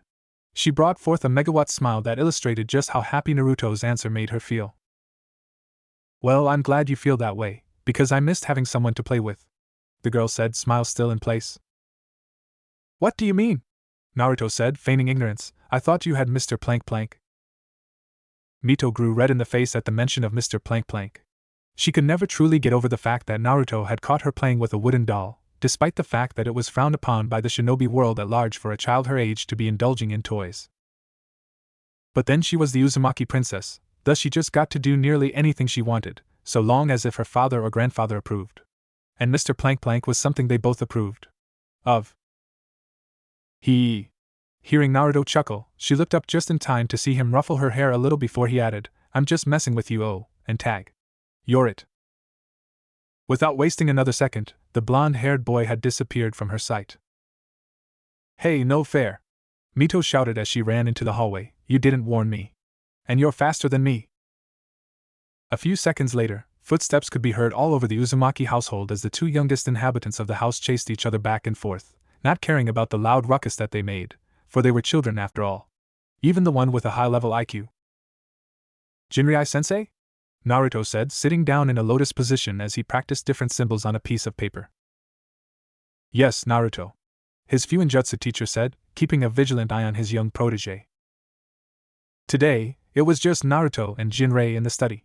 According to Jinrai, Mito was a bit too behind Naruto in order for them to have Fuinjutsu lessons together, as Mito would just hold him back, and he would inversely make the girl strive for things she was not ready for. So from today onwards, Mito had Fuinjutsu in the morning, while Naruto was being taught either Kenjutsu or Taijutsu. The other day Naruto made an upward stroke with the brush he held in his hand. "When I returned from my parents' house, Mito was happy to see me." Jinrai didn't move a muscle as he continued observing Naruto's hands. The boy's technique was nearly perfect, and that was when comparing him to professional sealers. "Oh, and how is that a bad thing?" "Well, the thing is, when I had left for the weekend, which you know I spent at my parents' house," Naruto curved the brush down, before he received a light tap on his brush-holding hand. "Ow," he said, drawing his hand back from the stinging sensation that he felt in it, all thanks to his sensei's cane. "Focus. You curved it too much. One small, slightly off-key curve could, or rather will, mean the difference between life and death." Jinrai spoke in a reprimanding manner, as Naruto rubbed his hand in order to soothe the stinging sensation. "Still too green to have perfect technique," Jinrai thought to himself. "I know that already, sensei," Naruto grumbled, before he looked at the sheet next to the one that he was practicing on, and saw just how he had overshot the curve. That was the problem with Fuinjutsu: too little or too much of a curve or an ink blot can result in you creating a dud, which is always the best case scenario in this field. Then focus. The elderly Uzumaki statesman said, but he did not really have to because his student had already seen his error and had gone about correcting it already. That's much better, my boy. You were mentioning something about Mito, the elder said after a minute of silence between him and his student.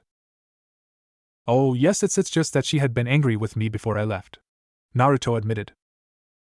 Oh, and what brought this on? Jinrei asked.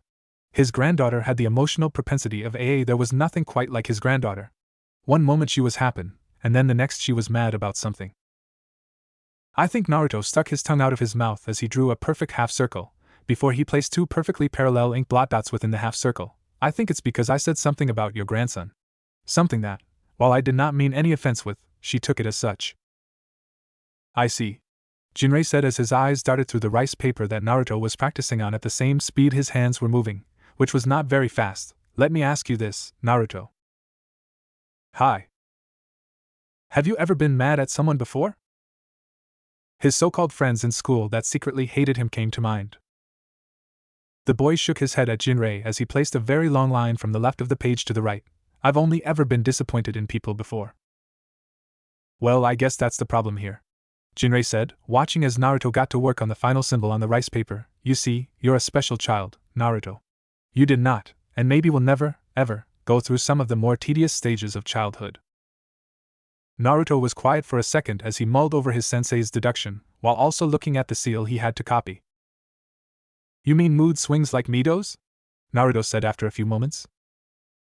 Not really mood swings, but rather uncontrollable emotions that are just all over the show, Jinrei corrected his charge. I see, was all Naruto said as he went about working on the final seal. His hand moved in perfect fluidity, never leaving the paper unless if it's to dip the small brush in more ink. After a short while doing this, Naruto quickly put forth the final symbol on the paper, before he placed his brush to the side and leaned back from his copied seals. Jinrei took one look at them all for his final verdict. Before he spoke, Naruto, do you know what I just made you copy? Hi, sensei. It's the code for each of the 12 hand signs, Naruto answered. Jinrei, for the first time since the lesson began, smiled. Yes. Naruto watched in avid fascination as his teacher stood up and jumped for joy while he kept on intoning, yes, over and over again. He honestly wondered what was so special about the answer that he gave him that it could make the normally calm and quite reserved Uzumaki jump for joy. Yes. I finally have a student that isn't a complete idiot. Jinrei's proclamation had Naruto's face faulting almost immediately after he said it. Naruto, my boy, the man spoke in a very excitable manner. Not only do you know how to perfectly write kanji and fuinjutsu symbols at such a young age, but you can read them too. Hi, Naruto said, picking himself up from the ground as he went back into his kneeling position. I've been able to do so for the last year now. Really? Jinrei asked, with a very happy expression on his face. He was beaming at the prospect of all of the things he could teach Naruto. Hi, Naruto said calmly, knowing that at least one of them had to remain calm in this rather awkward situation. That's amazing. So you understand what most people don't about the basics of fuinjutsu? Jinrei asked in his very excitable manner. That every seal is just basically the 12 hand signs written down in coded format, Naruto answered with a small smile on his face. Exactly, Jinrei exclaimed as he pulled out his own hair. How come you can understand that, but my idiot sons could not? Huh, sons? Naruto asked, catching on to what Jinrei said. Yes, sons, the man answered. What? Did you think I only had one prickhead of a son? Pfft. Naruto couldn't stop himself from laughing when Jinrei said that, completely catching him off guard with how he called Jin a prick. There's another idiot roaming around the world carrying my genes, Jinrei informed the blonde. His name's Ashina. Haha. Naruto wasn't laughing at Ashina, whoever that was. He was instead laughing at Jin being called a prickhead, something he couldn't get off his mind since he wholeheartedly agreed. The thing that made all of this that much funnier to the blonde was the fact that it was Jin's father that had said it. Jinrei just smiled seeing the boy finally break off into a full fit of laughter. He joined in 2 seconds later. Jinrei, in Naruto's opinion, was finally showing that he was a true Uzumaki. Despite being so highly respected, he did not really give a damn about status. If he was willing to jump for joy and make himself a fool in front of his student, then the man was awesome in Naruto's books. After the duo had calmed down from their collective fits of laughter, Jinrei looked at Naruto and said, "Naruto, I want you to do something for me." "What is it, sensei?" the boy said, schooling his features back into his neutral facial expression. "Smile more often," the wizened man said. He then proceeded towards the door that led out of his study and opened it. After doing so, he turned to his still kneeling protege and said, "Tomorrow, after your training with my son, I want you to meet me by the front gates." Naruto's face gained a questioning appearance to it, not even having the slightest idea as to why his teacher wanted them to meet outside. It wasn't like they could practice Fuinjutsu outdoors, especially since it's so windy, huh? Why? "Because we're going somewhere, you idiot," the man said before he shut the door behind him, leaving the boy in his study. "Oh, okay." Naruto trudged towards his room feeling slightly refreshed after a day of training for the first time since his training stint had begun here last week. Upon walking up to his door, he noticed a shadow that looked like a giant silhouette of the only person younger than him that was within the confines of the house dancing on the paper door. Sliding the paper door open, he was greeted by an empty room, not seeing a single follicle of Mito's red hair anywhere, before he walked into the room. Quicker than most would expect an 8-year-old to move, Naruto's arm shot up, catching broomstick that nearly hit him on the head, before he pulled on it really hard. "Whoa!"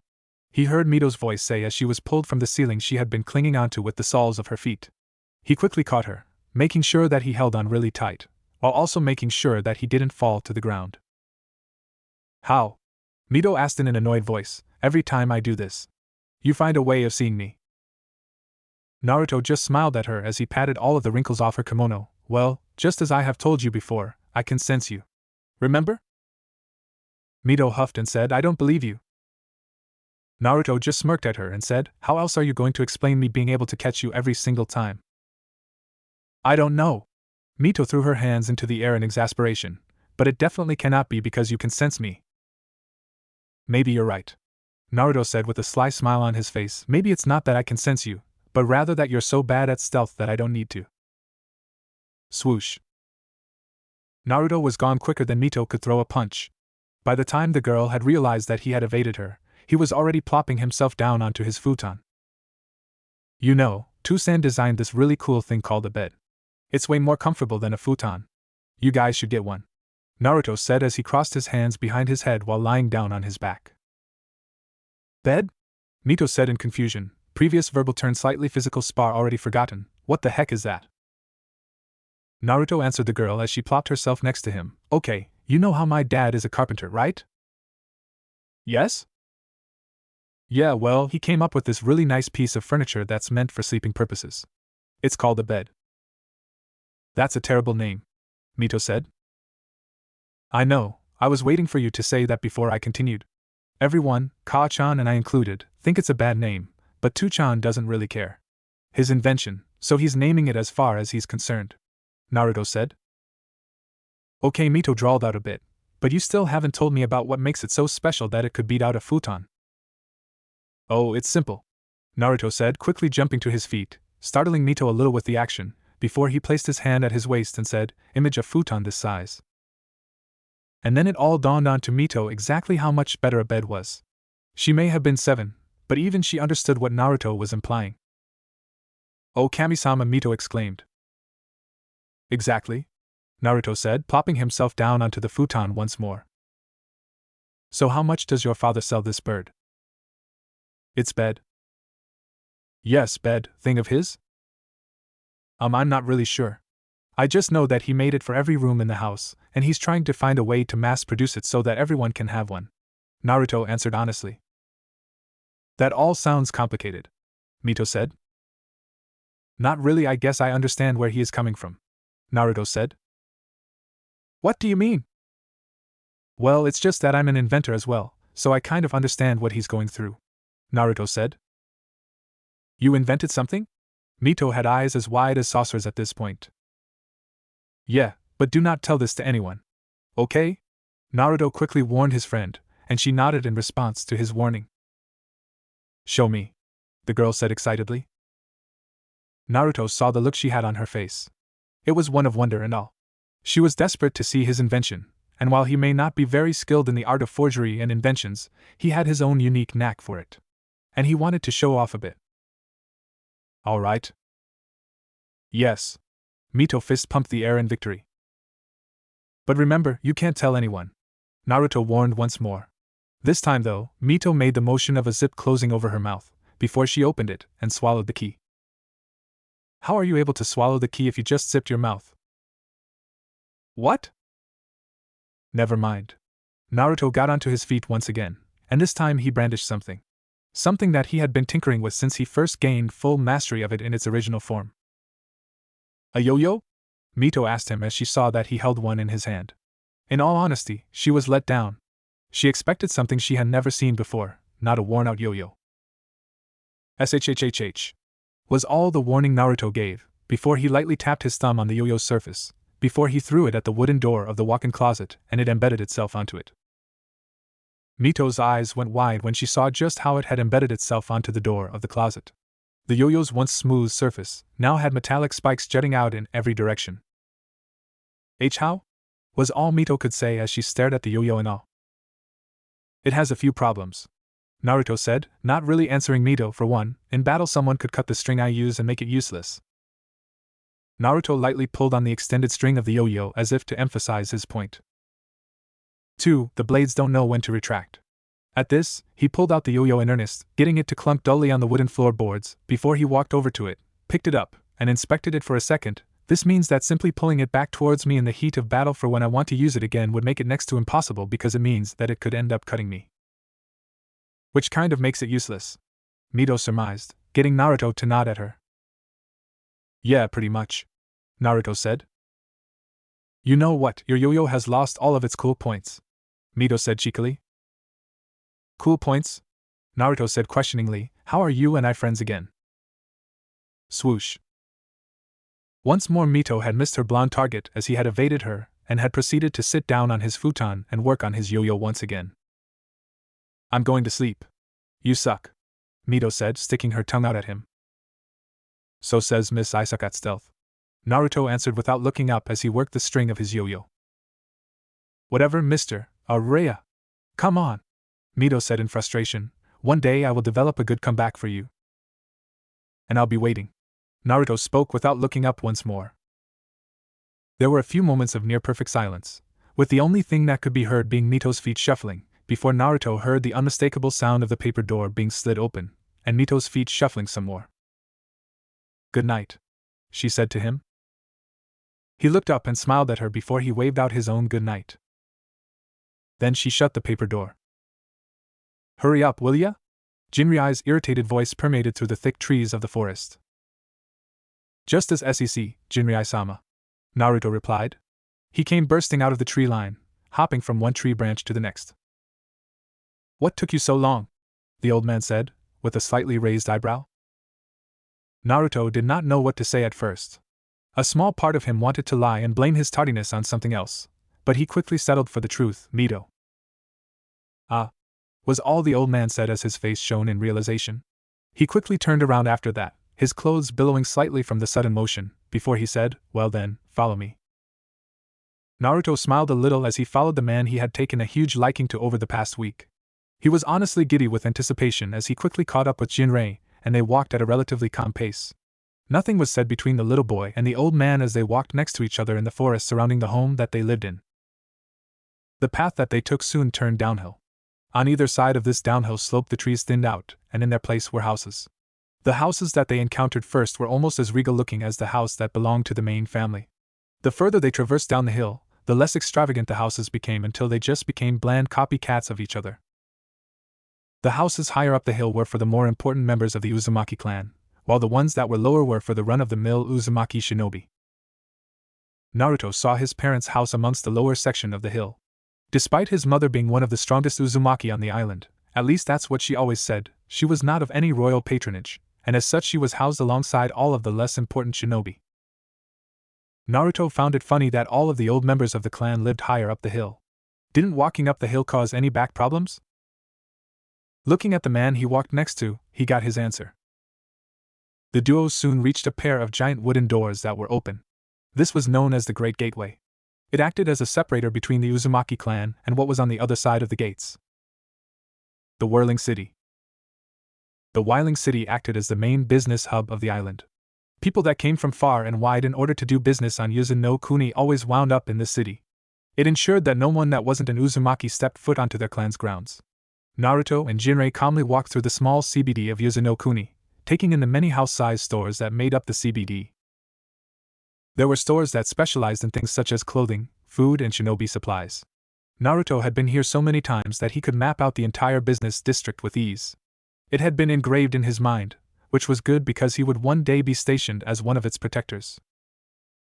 As the duo continued their brisk walk, they were greeted by many of the civilian store owners and the shinobi that were on duty, serving as watchdogs. The Uzumaki had a unique relationship with people. Due to being known as the hippie clan, a lot of civilians wanted to do business with the Uzumaki because they trusted them. They were known to be a just and fair clan, always looking out for one another, never ever backstabbing anyone. There was a running joke within the shinobi world that the Uzumaki did not even have a single bad bone in them. Of course, this would be preposterous in Naruto's own opinion. If that really were the case, then the Uzumaki would be dead already. They were shinobi, just like everyone else. Due to their strategic positioning as the only clan on Yuzu no Kuni, they were better at hiding their skeletons than other clans on the mainland were.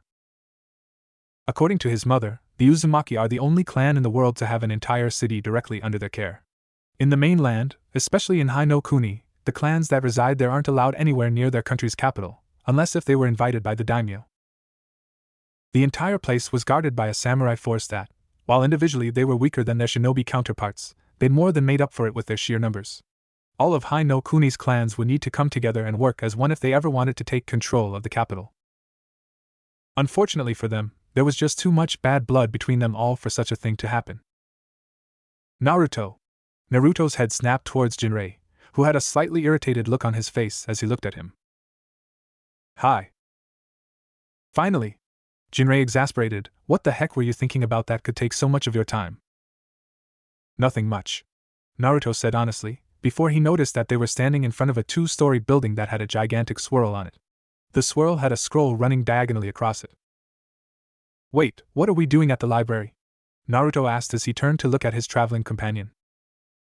We're here to see a friend of mine, Jinrei said with a small smile on her face. Great, Naruto thought, probably an old man. And how right he was. After they had entered the building, they went straight to a man that sat at the front desk of the library. The man wore a red kimono top, dark pants, and wooden geta.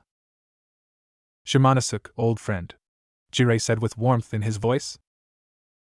Jinrei, you old goat, Shimanosuke said as he got up from his seat and he walked around it in order to stand in front of it. How are you, my friend? Jinrei asked the man as they hugged briefly. Naruto just stood back, not really finding it appropriate to come between these old friends. Don't act like you care about my well-being. Shimanosuke said this with a smile on his face. Jinrei feigned being struck by something in his heart as he clutched onto his yukata's chest region. Ow, that hurts. Good. Shimanosuke said as he folded his arms and said, it shouldn't take you 2 whole years before you check up on me, you old goat. Jinrei pouted and mumbled, you could have gone up to see me, you know. And risk hurting my back? Shimanosuke said, getting Naruto to pat himself on the back for his earlier deduction on the Uzumaki elders having difficulty traversing up the clan's grounds. No thanks. So who's the Gaki? Jinrei, quicker than Naruto would expect one to drop a pout, said, he's blonde and he's an Uzumaki. Shimanosuke had a long pensive look on his face as he racked his brain for the answer, before his face lit up after a few seconds and he said, wait, this is Kushina's Gaki? Yep. Jinrei said. So you're the famous blonde Gaki that has everyone's tongues wagging, Shimanosuke said as he closed in on Naruto, before he placed his wrinkled hand on Naruto's blonde hair. Hi, was all Naruto could say as Shimanosuke ruffled his hair. Good kid, Shimanosuke said, so what's your name? Naruto. Ah, Naruto. Good name. So was it your idea to come and see me, and Naruto? No. I don't even know you, sir. Naruto's answer resulted in something Naruto thought he would never see, an old man sulk. Jinrei chose this as the appropriate moment to laugh at his old friend, find the entire interaction between his student and his old friend to be quite hilarious. Well, that was quite funny. The former clan leader said, well, it was my idea actually. What do you want? Shimanosuke said spitefully. No need to be so cold, old friend, Jinrei said as he stroked his beard, I came here to ask for your help with something. Isn't that always the case with you, always asking for help," Shimanosuke said before he turned and faced Naruto and said, even as kids he couldn't even wipe his own behind without asking for help. Pfft. Naruto broke into a fit of giggles at that. "Hey, that's not true," Jinrei said in outrage, before his face took on the shade of a tomato as he said, "It was just those annoying servants my father had around that wanted to do it." Ha ha ha ha ha. Naruto, at this point, was holding his stomach and laughing his ass off.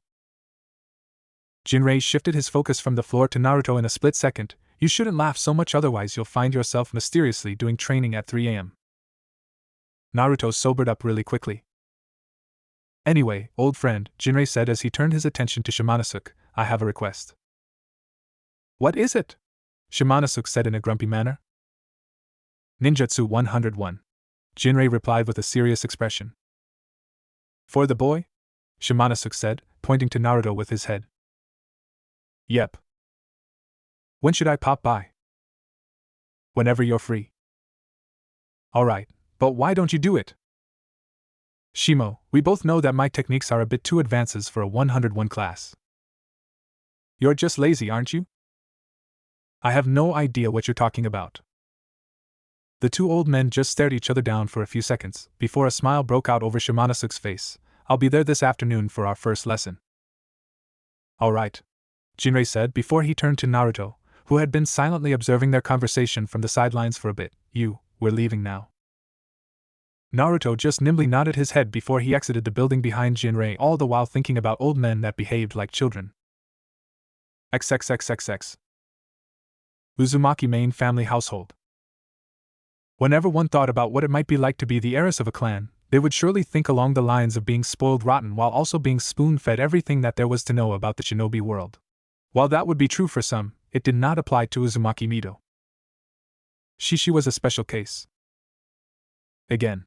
Jin's voice broke through the silence that was within the darkened room. Mito shut her eyes and did as she had been taught ever since she was 5 years old.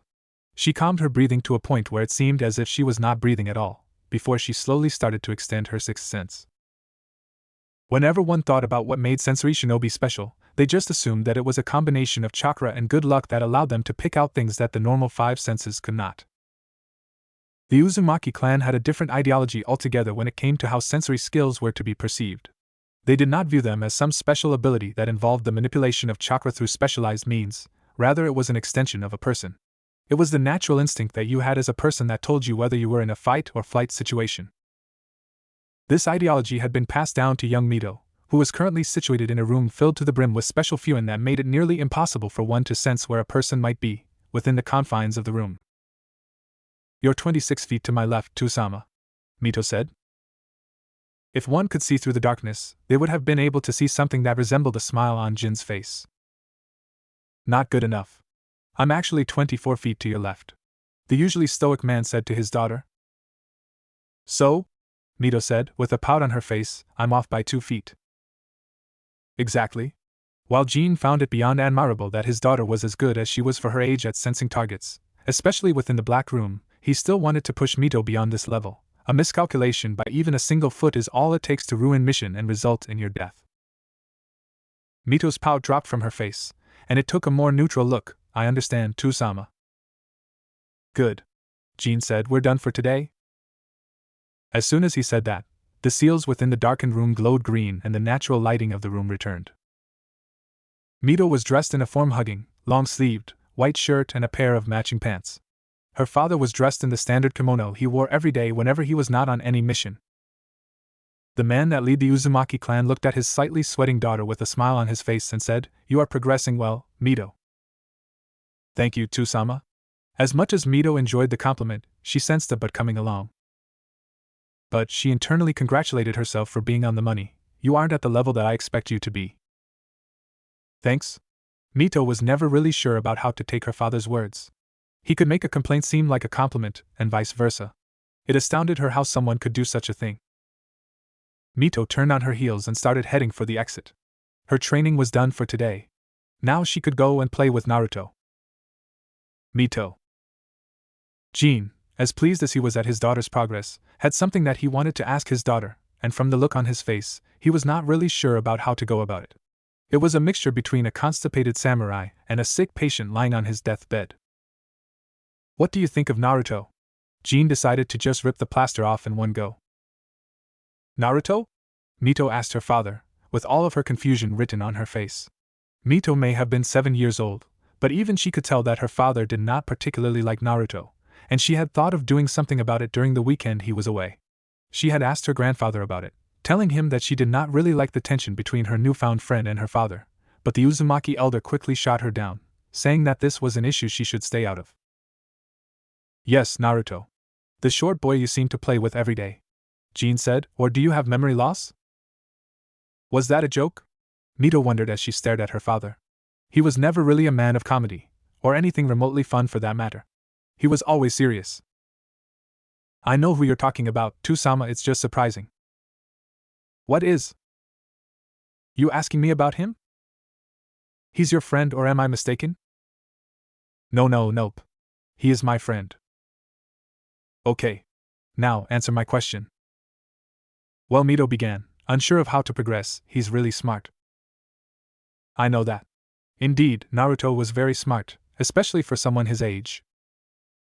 Then what do you want me to say? Mito was becoming frustrated really fast. Her father seemed to be asking something beyond the level of someone that you've only known for a week.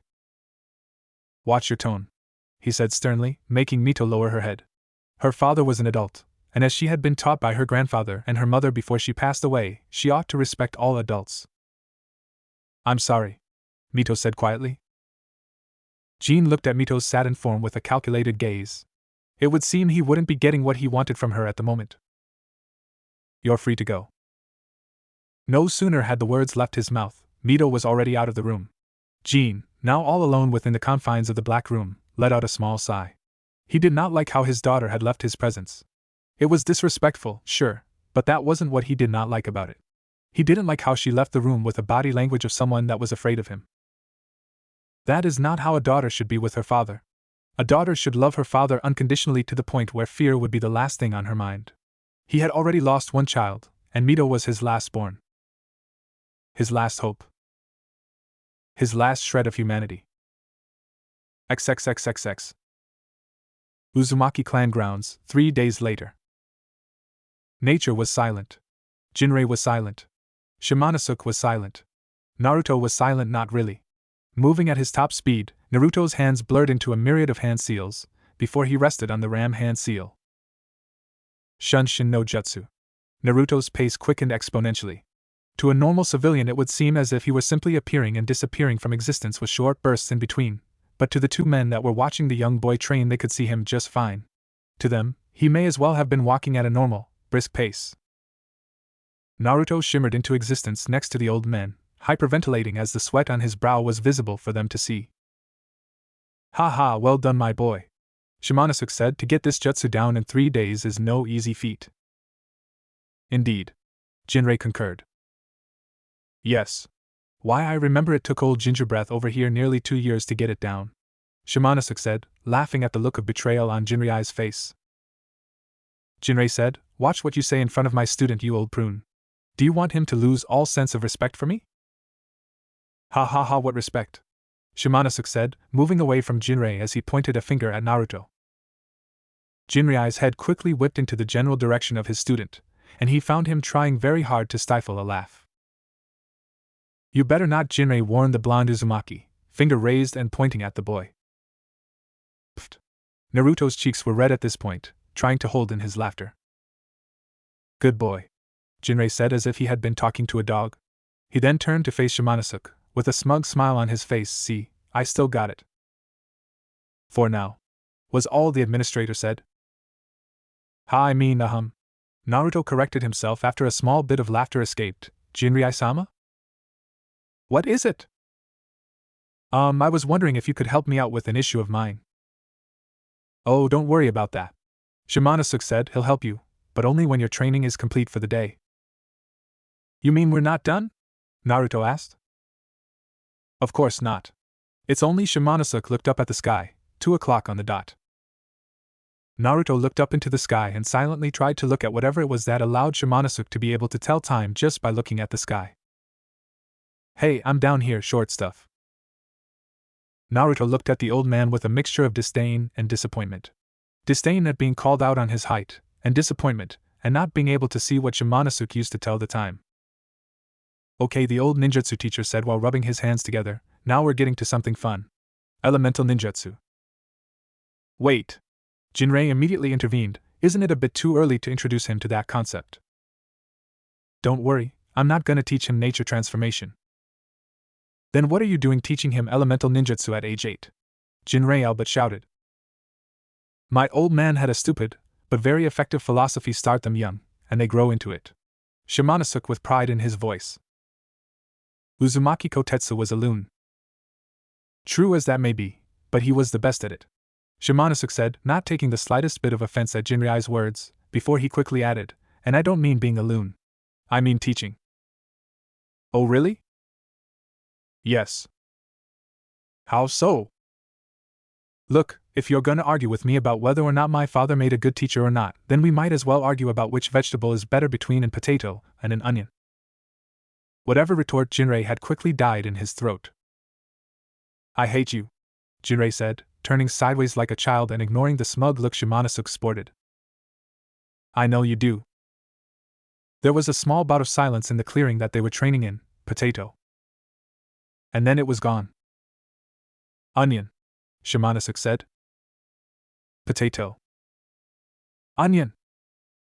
Potato, Jinrei said while grinding his teeth and slamming his forehead into Shimanosuke's. How? Everyone knows that an onion is the key component to any good meal. Yes, but you can't eat it alone, now can you? And then what? Die of starch. No thanks. How about I kill you for disrespecting the potato? How when I would have done that to you first? Ahem. Naruto's voice broke through the bickering old men. How about we get back to what's really important? Potatoes? Jinrei answered. No. Training. That seemed to sober up the two Uzumaki elders as their argument became a thing of the past.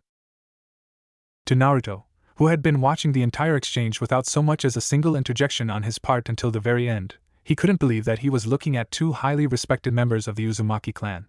They behaved like a bunch of spoiled brats. Respect was definitely going down, fast. Anyway, Naruto, that brought him back to reality. Time to get cracking.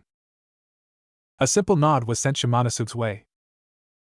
Place your hand out, Shimanosuke said, and Naruto complied, palm first. What are you doing? The young boy asked his elder. Shimanosuke had taken Naruto's hand and he had placed it on top of his left palm, while he had taken his right index finger and placed it on Naruto's palm. What I'm doing is something my father invented for detecting chakra in nature. The elder Uzumaki explained, I'm going to begin by channeling my chakra into yours, and then you're going to just channel chakra into your hand. Can you do that? A nod followed the old man's question. Good, was all he said before he sent a small stream of chakra into Naruto's palm. Naruto replied by doing as he had been instructed by Shimanosuke, and he channeled his chakra into the man's index finger. As soon as there was contact between both of their chakra natures, Naruto felt a weird sensation coursing through his hand. While it was not an unpleasant one, it was a sensation that was not really welcomed by his body. He tried to quantify it by comparing it with something else, but he honestly could not. It was just so strange. The duo had stayed silent for a few moments, with only the small gust of wind blowing through the clearing and the quiet hum of their chakra making any sort of sound. Shimanosuke eventually spoke after a minute had passed. Water. You sound disappointed, sensei, Naruto said. Not disappointed, just tired, Shimanosuke said. I guess you would be if you lived on an island nation filled with water users. I'm sure you'd like some variety, Naruto said, clearly catching what his ninjutsu sensei was alluding to. You're a smart one, eh? Shimanosuke said as he let of Naruto's hand, stopping the exercise. I thought we had already established that, Shimo. Jinrei decided to join in on their conversation. True, but even I am surprised by just how smart he is. He speaks with the mental clarity of a very experienced individual. Shimanosuke spoke while walking away from Naruto. Careful, Shimo, we don't want to inflate his ego. What ego? He's too small to have one. Shimanosuke laughed a bit. Age does not mean anything. I ought to know, I raised a very egotistical son. Your son was not egotistical. He was just spoiled rotten by a very bad parent. Jinrei's facial features took on a slightly dark turn. Are you calling me a bad parent? No. Shimanosuke said calmly, not the least affected by his friend's dark aura. Good. We both know I am a very good parent. Yes, but your wife was not. Oh shit. Naruto thought. He may have been young, but even he knew that Uzumaki Kasumi was someone that Jinrei loved more than even his own children. He knew that you never ever insulted the woman's memory, even if you were not in front of Jinrei. You were basically asking to die. Yet here was Shimanosuke, not giving a rat's ass, and doing so anyway. Maybe he had gone senile with old age. During the few seconds it had taken Naruto to remember everything related to the former clan head's wife, an eerie silence had descended upon the clearing. It was a silence that spoke of many things that could happen as soon as it ended. Be it good or bad. In this case, anyone that was there could surmise that something bad was about to happen. Ha ha ha ha ha ha ha ha ha ha ha ha ha ha. And then they would be proven wrong by the sound of laughter that erupted from the two Uzumaki elders. Ha ha ha ha, oh, that is a good one, Shimo. Jinrei spoke in between fits of laughter while clutching his sides. I'm so ha ha ha ha ha ha ha ha sorry, but Kasumi was terrible with kids. Shimanosuke was also finding it very hard to speak in between his fits of laughter. She was so bad, oh ha ha ha, so bad that she dropped Jean when he was just a month old. Maybe that's why, ha ha ha ha ha, he is such an egghead. Ha ha ha ha ha ha. The old men laughed so hard after that they ended up on the floor, just laughing their butts off. Naruto, who had been looking at the old men from the sidelines, decided to just let them be. Uzumaki geezers were just too weird for him. They behaved more like kids than actual adults. I guess I'll just leave you two to it then, Naruto said, referencing to their bout of laughter that they did not seem to be calming down from soon. He slowly made his way out of the clearing, disappearing into the trees that surround the massive clearing, on his way home. The laughter immediately died down as soon as Naruto was out of their sight. The old men looked at each other with very serious expressions that were not something that one would have associated with either of them a few moments ago. So, Jinrei began as he got up from the ground and dusted himself off. What did you want to talk about? Shimanosuke mimicked his friend, standing up and dusting himself off as well. One of the perks of having a best friend of more than 5 years was that you tended to develop your own secret system of codes. With the two of them, however, it was a full-blown language with how long they have known each other. The boy's chakra, the aged administrator said, thinking about how he had secretly sent a small signal to Jinrei while scanning Naruto's chakra for his chakra nature. Jinrei nodded at his friend to continue. There's a strangeness to it, Shimanosuke said, trying to find the proper words to say what he wanted. The technique his father created was something that was meant to decipher a person's chakra nature. One of its requirements was that you needed to have a certain level of mastery in the 5 basic chakra natures, and Shimanosuke had that. My friend, stop beating around the bush, Jinrei said. The glorious natural radiance of the sun graced the people of Yuzu no Kuni with much fervor. It acted as an apparatus that told people that it was time to wake up. It was time to meet whatever life threw at you head on. It was time to try and get your life in order. Why do we have to get up so early? A very annoyed Mito voiced out. Well, at least it did so for those that weren't already up. Because it's the early bird that catches the worm, Mito-chan, Minato answered. Yeah, but we're not birds. Mito's annoyance continued to make itself heard. Ha ha ha ha. Yes, well, it's still a good policy to apply to everyday life, Minato said as he led the way down a dirt street. Behind him were Mito and Naruto, and they were wearing what would be considered their civvies. Mito was dressed in a kimono that went past her knees but never quite reached her ankles, while Naruto wore a pair of dark pants and a kimono top. They were inside the whirling city, headed towards a destination that, whenever he thought about, put a smile on Minato's face. So, where exactly are we going? Mito asked after a moment of silence. Naruto looked at his best friend with a small smile on his face.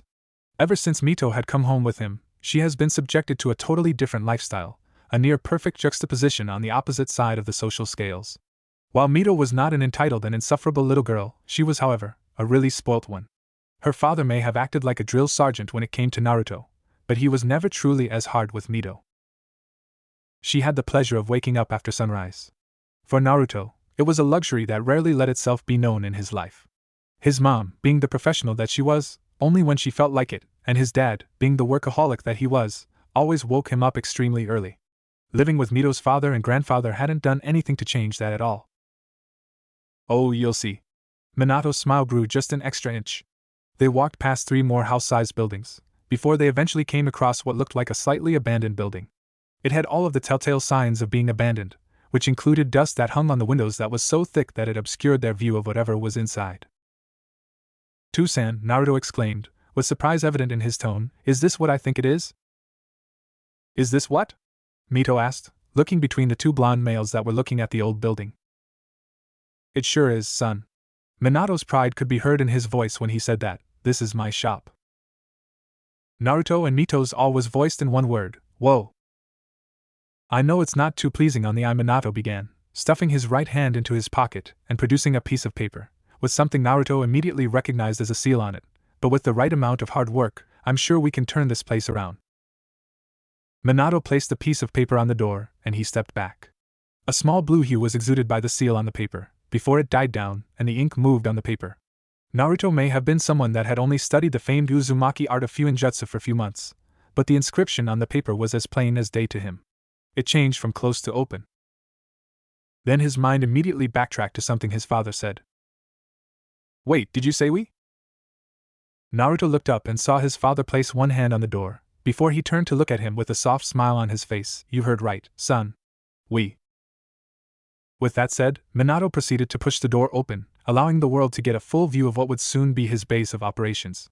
Dust immediately assaulted the trio, making them cough and sneeze as they tried to sweat the dust away from their faces by using their hands, while making their way into the shop. Naruto looked at the shop, finding it to be pretty bare, but with a lot of space. He could definitely see why his father bought, or was it rent out, the building despite its dilapidated state.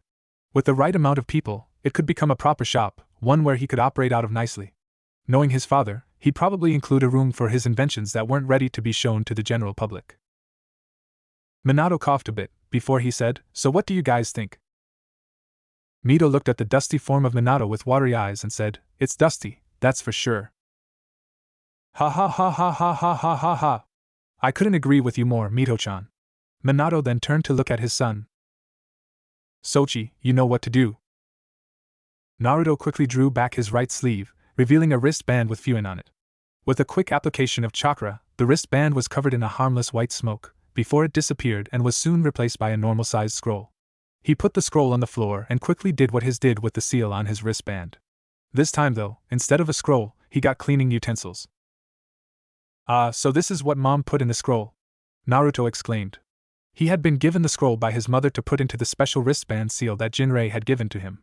She didn't say anything beyond, "Open that scroll when your father tells you to, okay?" Naruto figured, at that moment, that she probably knew that he and Mito were going to spend the entire day cleaning, judging by the amount of dust and dirt within the building. In front of Naruto were 3 brooms, 3 mops, and 3 buckets. One set for each of them, it would seem. Along with that, there was what appeared to be some sort of dried cow dung stuffed into a tin. One for each person. Not a lot of people outside the domestic worker field knew exactly what was used to shine floors, but Naruto did. Dried cow dung, with added chemical agents, was especially good on cement floors, like the one underneath all of the dust and dirt that they stood on. "Alright guys," Minato's voice brought him back to the real world, "take a broom and let's start sweeping." And so Mito and, to a lesser extent, Naruto were subjected to the tiring parts of being a child, doing something you did not want to do, out of respect for your elders. Uzumaki clan main household. Sitting within the confines of the small library that existed within the main Uzumaki household, Jinrei was at a loss about a certain subject matter. Several subject matters plagued his mind, but the most pressing one of them all involved the Senju, and the nature of their visit. The 3-month deadline ended tomorrow, and knowing the kind of man Senju Butsuma is, he wouldn't be a second late. He was a very punctual individual. Many saw him as the epitome of what a shinobi, especially a clan head, should aspire to be.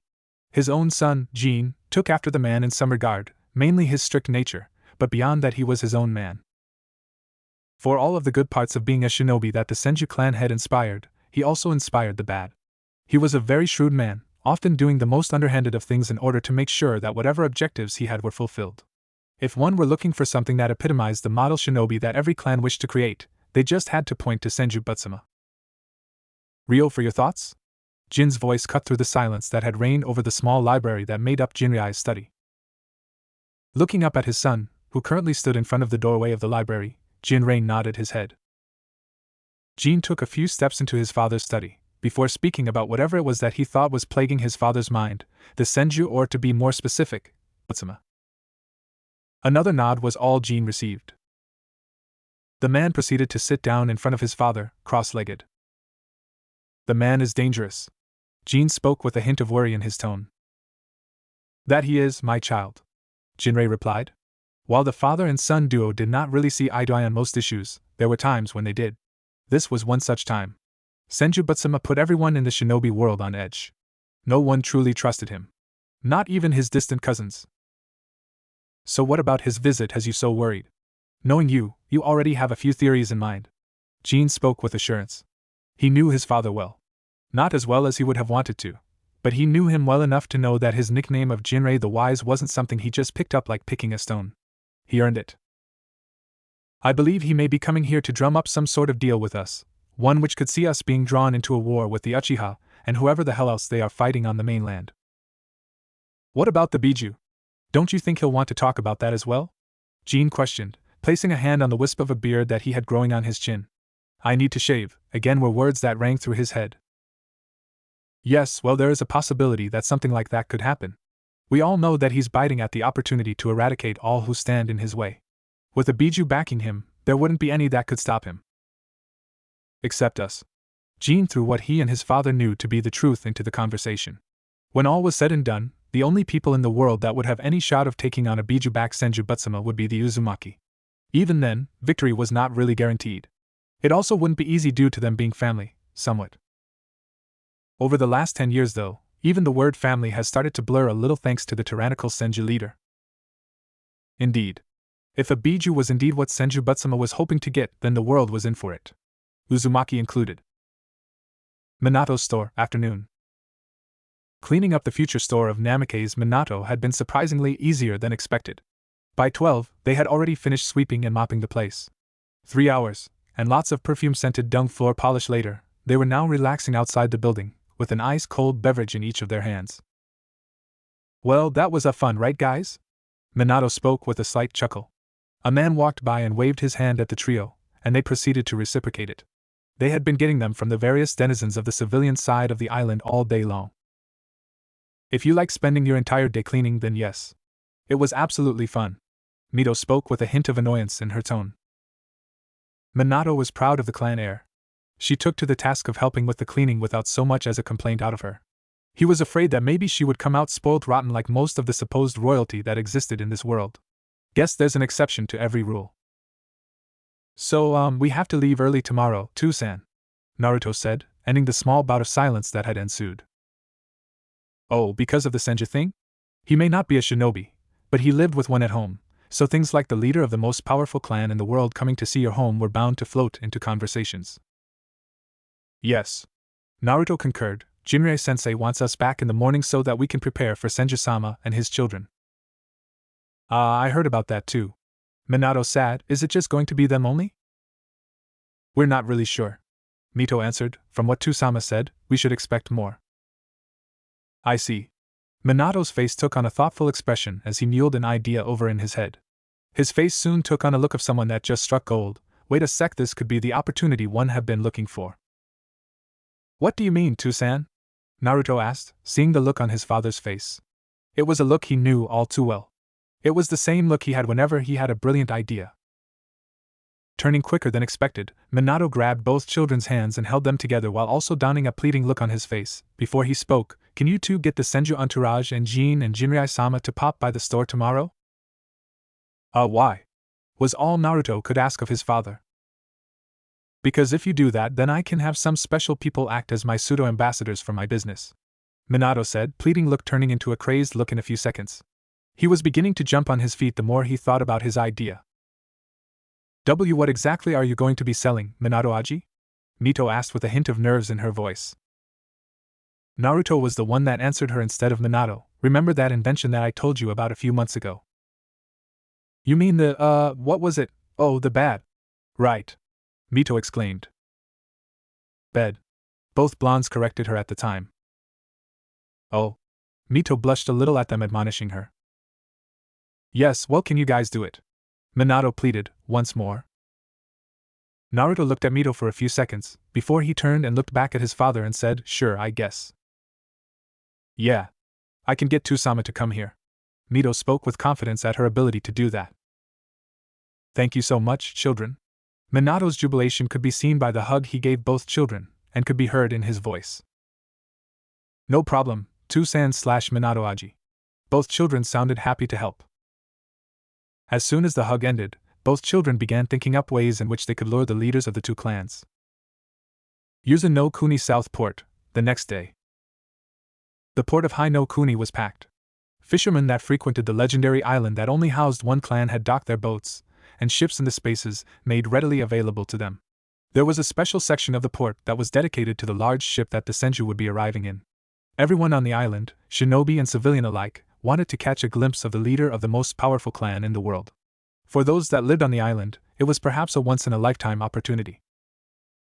Standing at the head of it all, at the foot of the pier, was the main Uzumaki family and Naruto.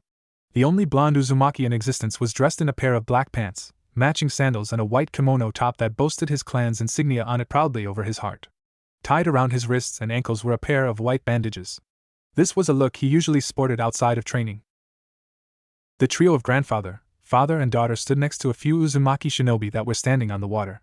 The four shinobi in question had their hands planted into the water, and looks of utmost concentration were on their faces. There was a bit of a sweat on their brows, caused by what they were doing.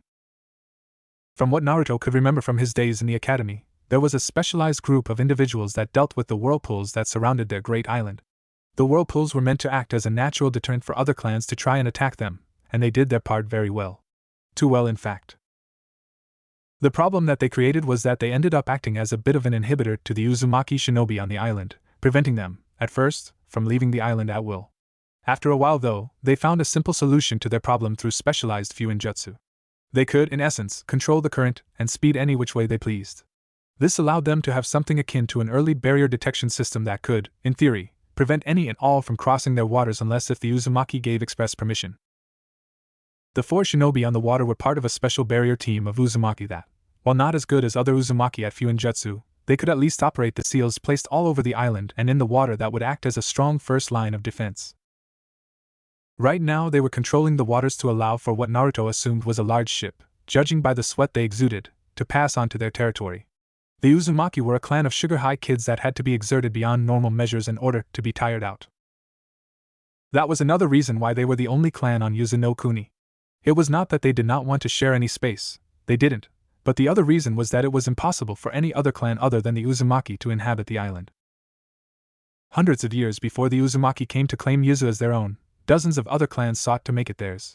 The dangerous waters made it next to impossible to get on, or off the island. They were very hard to defeat.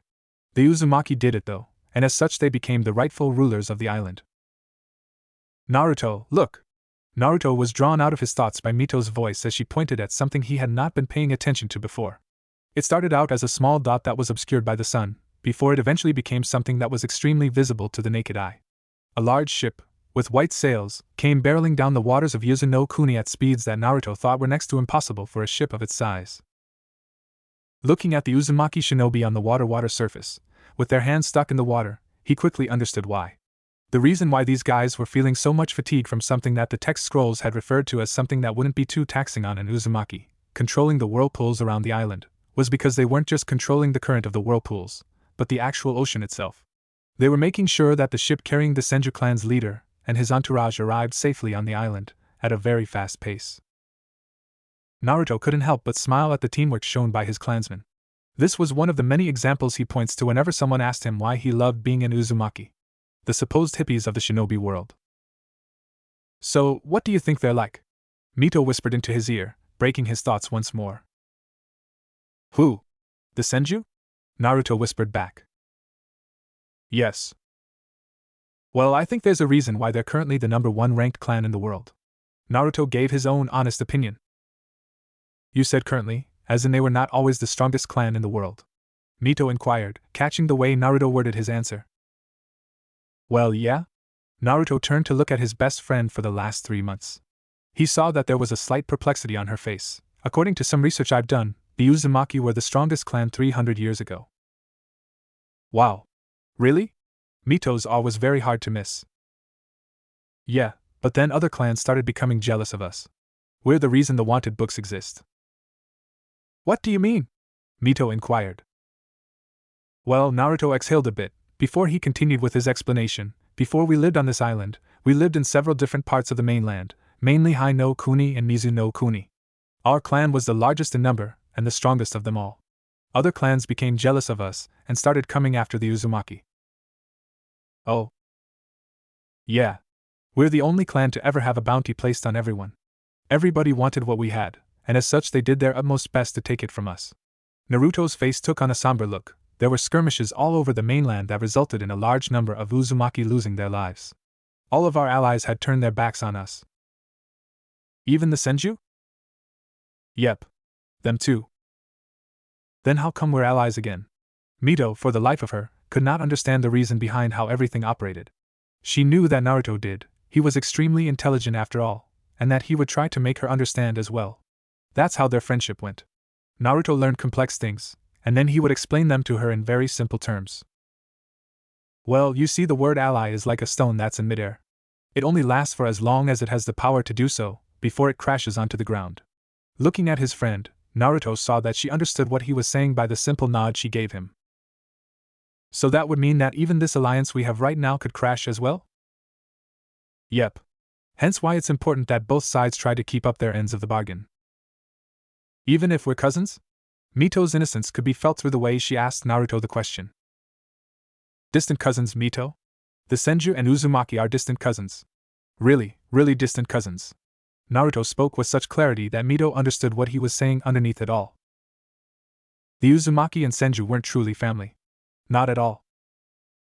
Naruto could see that Mito finally understood the gravity of the visit by the Senju. Whatever request that they had, if not honored, could result in a war between the two clans with the longest relative peace between them. The ship carrying the Senju finally pulled up to the docks, slowing down as it drew closer, until it finally came to a standstill. The ship's anchor holding it in place. A plank was dropped onto the pier, just a few feet in front of the Uzumaki royalty, and out stepped a man flanked by two boys. Silence reigned supreme at that moment. The man was of tall stature. He also possessed black eyes and shoulder-length black hair kept back out of his face by a piece of light green cloth tied around his forehead. He also had a prominent jawline and wore the red standard armor of that era emblazoned with the Senju symbol at the front and on both sides of the shoulder plates, accompanied with mesh armor underneath his attire. In addition, he wore a sword over his right shoulder. This was, without a show of a doubt, Senju Butsuma. The first of the two boys that stepped out was dressed in a pair of black clothes which consisted of a t-shirt and pants underneath green armor that was standard for shinobi. Around his head rested a white band that bore the Senju emblem, and on his back rested a sword. The oddest thing about this boy was his haircut, which was cut in such a way that it resembled a bowl. The other boy wore armor that was constructed from green metal plates that covered his torso, lower behind, and groin alongside fishnet armor around his wrists and shins. Underneath the armor rested a pair of navy pants and shirt. His hair, unlike Butsuma's and the other boy that accompanied him, was shockingly gray, and also very spiky. As the trio walked towards the Uzumaki entourage, two more children stepped out from behind them. This time it was a boy and a girl. The boy had a head of short, two-toned hair, with one side being black and the other half being white with matching eyebrows. He wore green armor, and wrapped a piece of cloth around his forehead. From what Naruto could glean, he seemed to be around his age. Next to the two-toned-haired boy was a girl decked in a similar style to the boy, with the only difference being the color of the armor. Hers was gray. Her hair was tied in a short ponytail, and her eyes were squinted in such a way that she looked like she didn't have any eyes to begin with. She carried herself in a similar manner to the gray-haired boy that had stepped out alongside the presumed Senju Butsuma. Behind them, the crew working on the ship were busy tying up the sails and making sure that nothing was out of place. Turning his attention back to the few people walking down towards them, Naruto took better stock of the two boys walking next to the man he thought was Senju Butsuma. The brown-haired one with a haircut resembling a bowl looked contemplative and slightly nervous. He seemed to be thinking up something really important. The other boy carried himself with the cockiness and swagger of someone that believed that they could defeat anyone and anything placed in front of them. He must be very strong, Naruto thought. "Welcome, Senju Dano," Jin greeted Butsuma as soon as he stopped in front of him. "Thank you, Uzumaki Dano," Butsuma replied with a very serious tone. "It's good to be back here after so many years." "It's great to have you return to us," Jin spoke with the same natural expression he always kept on his face. He then gestured to the former leader of the Uzumaki clan and said, "You already know my father." "Of course. Jinrei Dano is someone that I would be hard-pressed to find that didn't know about him," Butsuma said, bowing in the former clan head's direction, which resulted in Jinrei doing the same to him. "Oh, that's a lot of confidence placed on an old man," Jinrei replied after bowing at Butsuma. "It's well-deserved confidence." Butsuma spoke with a politeness in his tone that would make a few people that did not know him on a personal level dismiss some of the more asinine stories surrounding him and his almost tyrannical ways. Jinrei, fortunately, was one of the few individuals in the world that knew the man on a personal level, and as such he knew not to dismiss those stories or to even undermine the man that stood before him. He was as much of a beast off the battlefield as much as he was on it. "This," Jinrei heard his son intone from the side, "is my precious daughter Mito." "It's very nice to meet you, Mito-chan." Butsuma said this with the same polite tone as before, although his face was as stoic as ever. "Likewise, Butsuma-sama," Mito said, bowing at the leader of the strongest clan in the world. "And the boy?" Butsuma said when he saw that Jin was not going to introduce him to the blonde child next to Mito. Jinrei, in an attempt to make sure that Butsuma didn't see anything wrong with the setup that they had with Naruto there, quickly said, "Oh, that's Naruto. He's a very bright young boy that is quite strong for his age." "Oh, now my interest has been piqued." Butsuma said this while staring at Naruto, who held the powerful gaze of the Senju leader with his own, significantly less powerful one. "To have Jinrei the Wise talk of you with such praise, you must be truly special." "Not really," Naruto said, bowing at the man, before continuing, "I just work hard." "Well, I'd like to see exactly just how hard you work in a spar. You shall face off against my eldest, Hashirama." Butsuma pointed at the boy with the bull-shaped haircut while saying this. Said boy jumped out of his skin, so to speak, as soon as his name had been called out, as if he had been caught stealing something. "What about the other four?" Naruto asked. "What about them? Are they not strong too?" "Oh, they are." "Then why not have me spar against them as well?" "Because it should be the Uzumaki's most promising prospect going up against the Senju's most promising. That way we can see exactly where both of our illustrious clans measure against each other." "Yes, but—" "Enough, Naruto." Jin spoke up from the sidelines, silencing his blonde student. Jin had the look of a perfectly calm individual as he spoke again. "We'll have the spar tomorrow, for now we have other matters to take care of." With all of the greetings all said and done, Jin pointed his hand at the hill that overlooked the whirling city and said, "This way, gentlemen. That is where our discussions shall take place." Butsuma acquiesced to the Uzumaki clan leader taking the lead on this one. After all, it was his village. Just as the party was about to begin their journey to the hillside manor of the Uzumaki, Mito spoke up, "Wait."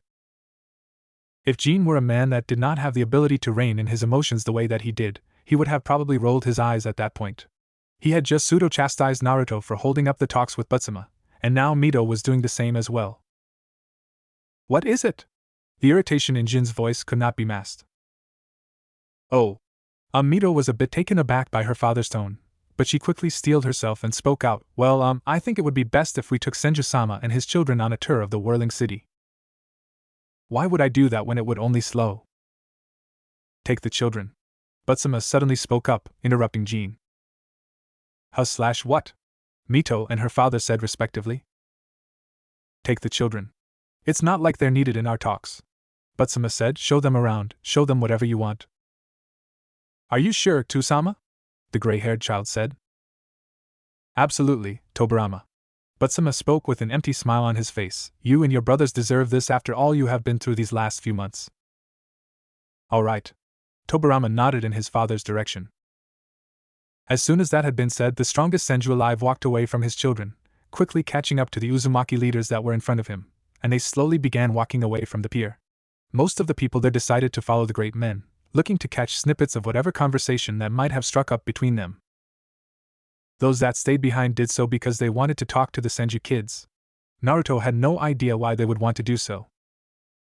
"So I'm Mito," Naruto heard his best friend say from the sidelines. He hadn't even realized that she was already trying to talk to the Senju kids. "Oh, I'm Tobarama," the gray-haired boy replied since he was the closest to her. "These are my brothers Hashirama," he points to the bull-shaped haircut boy, "and Itama." He points to the dual hair-colored boy. "The girl is our cousin Toka." "It's very nice to meet you all." Mito said, bowing at all four of them. Likewise, Hashirama replied with his own bow. And so, with the children finally acquainted with one another, they began their journey towards Minato's shop. Naruto, Mito and the Senju kids strolled through the business hub of Yuzu no Kuni while the warm sun beat down on them gently. The group of 6 were being closely followed by a few civilians and shinobi. The civilians followed because it wasn't every day that the island had Senju visits, and the shinobi because they were in charge of watching over the kids.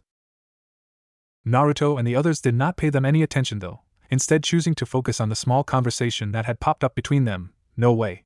You fought and killed 5 tigers at once? Mito's incredulity could be felt in her tone as she stared at Hashirama. The oldest out of all of the present children held a sheepish look on his face as he scratched the back of his head. Yeah, I also find that a bit hard to believe, Naruto said, turning his head in order to look at the Senju children walking behind him. He currently led the small ragtag group of kids through the whirling city. He would stop and point at a particular store and explain what that store had, and then they would move on. Judging by the reactions that they had towards certain stores, Naruto put together a bit of a profile for each of the children. Hashirama was an excitable individual. Tobirama was someone that kept quiet a lot. He barely let any sort of emotion slip throughout the impromptu tour. He only spoke up whenever he was directly asked a question by either Naruto or Mito. The other Senju kids just seemed to treat this as a normal behavior, so Naruto assumed that it was such.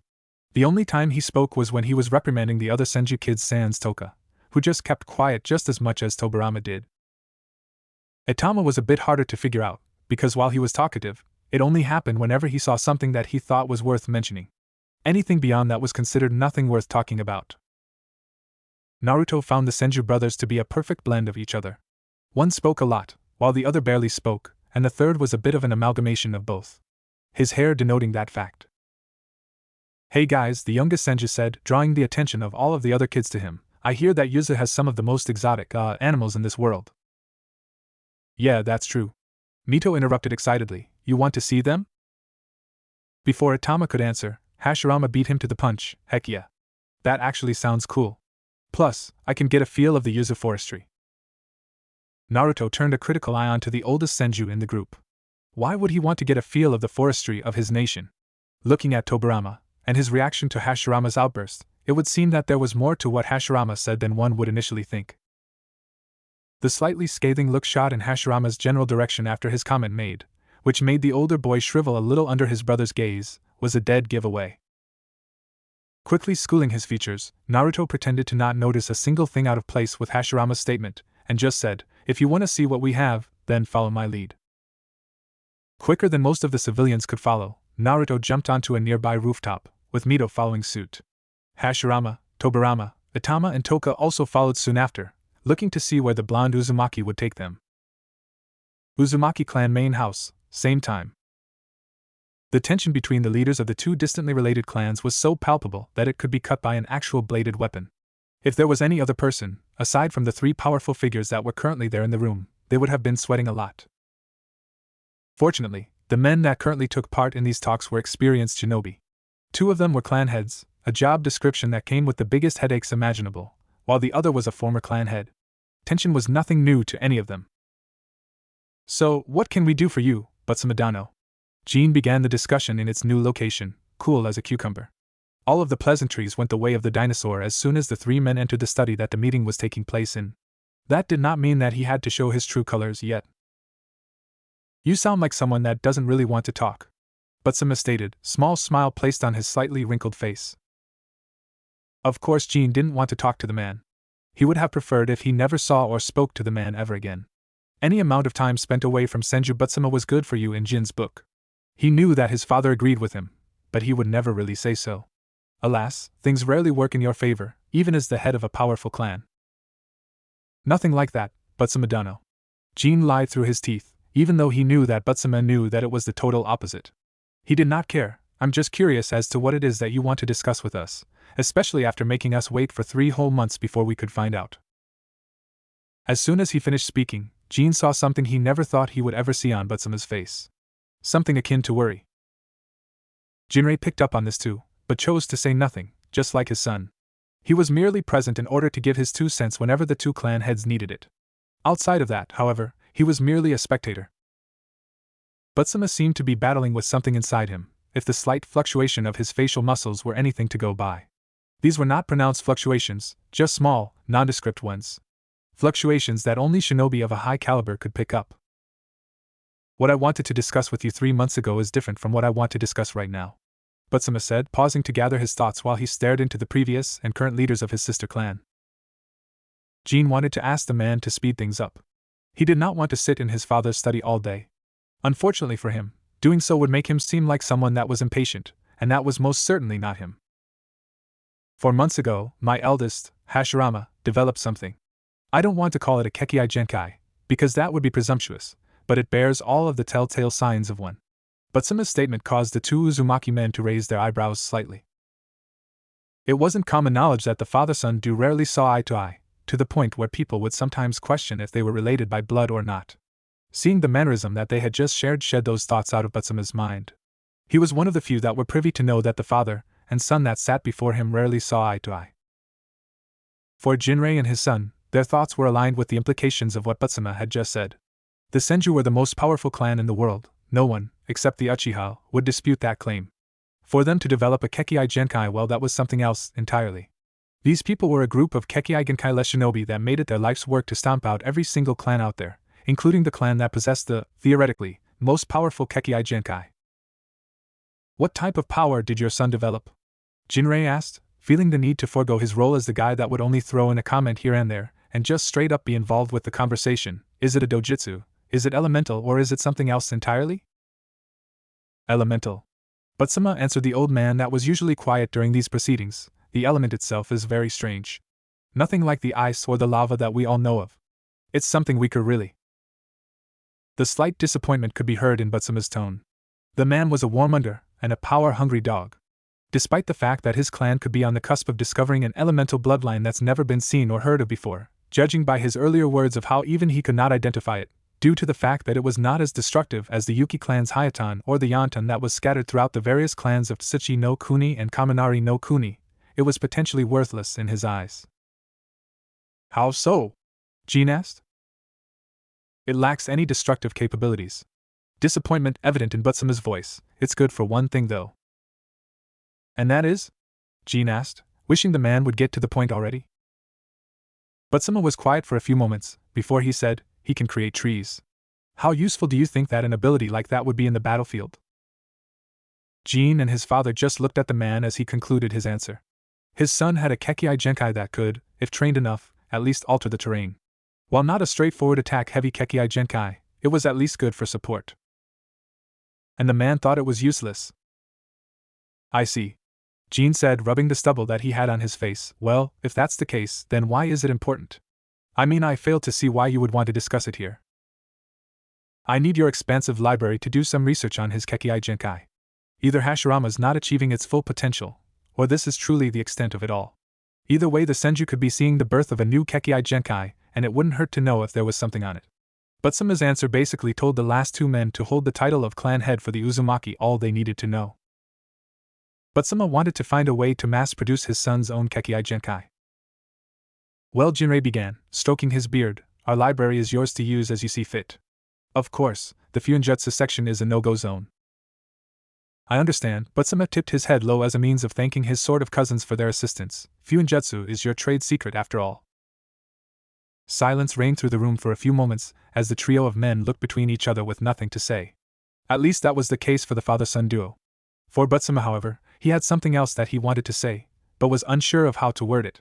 His distant relatives had refused to help him on multiple occasions before. As soon as Jinrei saw Butsuma's pondering, he smiled at the man in a kindly manner, as if he were smiling at Naruto or his own granddaughter whenever they had something to say but couldn't. Butsuma thought that the look was despicable and very condescending, especially when used on a shinobi of his caliber, but he did not say anything. He had to be on his best behavior if he wanted things to go his way again. You look like you have something plaguing your mind, Butsuma-dano? Jinrei said. Indeed I do. Butsuma shifted slightly so as to sit in a much more comfortable position. Anything we can do to help? Jin asked. Well, that depends, Butsuma replied. On what? Jin, now curious, asked. Your reaction to what I have to say next. Butsuma looked at both men and said, "It has come to my attention that the Uchiha are in talks with the Hyuga." The Hyuga? Jinrei was shocked by what Butsuma said. For various reasons, I thought they hated each other. Oh, they do, Butsuma said, but they hate the Senju even more. Hate the Senju? Jin asked a question that he knew his father had running through his own mind. Since when do the Hyuga hate the Senju? I thought that you were very tolerant of each other. We were. Butsuma began, until a failed mission. What type of mission would lead to a fallout between two clans? Jin asked, as this seemed to confuse him the more Butsuma spoke. Instead of it being Butsuma that answered, it was instead Jinrei, a mission that involved the assassination of a high-profile member of one of the clans by the other. Am I wrong? Butsuma cracked a wry smile and simply answered with, "Your nickname is a well-earned one. I'm glad we're not enemies." Which was Butsuma talk, for you're so useful that I would hate to kill you. If that's true, then who is at fault? Jin asked this question already knowing what the likely answer was going to be. We are. Butsuma admitted without a shred of shame for getting caught with his hand in the proverbial cookie jar. I sent out a mission request to work alongside the Hyuga for an ambush on a recently discovered Uchiha hideout. The man explained, before questions could be thrown at him. Of course, this was a lie I cultivated to get a handful of Hyuga to come out of their hiding holes and far away from their clan for us to actually try and take their eyes. Jin said, disgust evident in his tone. Senju Butsuma may have been a splendid shinobi, but as he sat right there in front of him explaining his treacherous mission in front of his so-called cousins, he made Jin want to stand up and kick his face in. Yes. That was the idea. Butsuma could feel the levels of disgust being directed at him by the two men he was conversing with, but he honestly did not care. He was a shinobi through and through. If he saw an opportunity to further the cause of his clan, he would take it, morality be damned.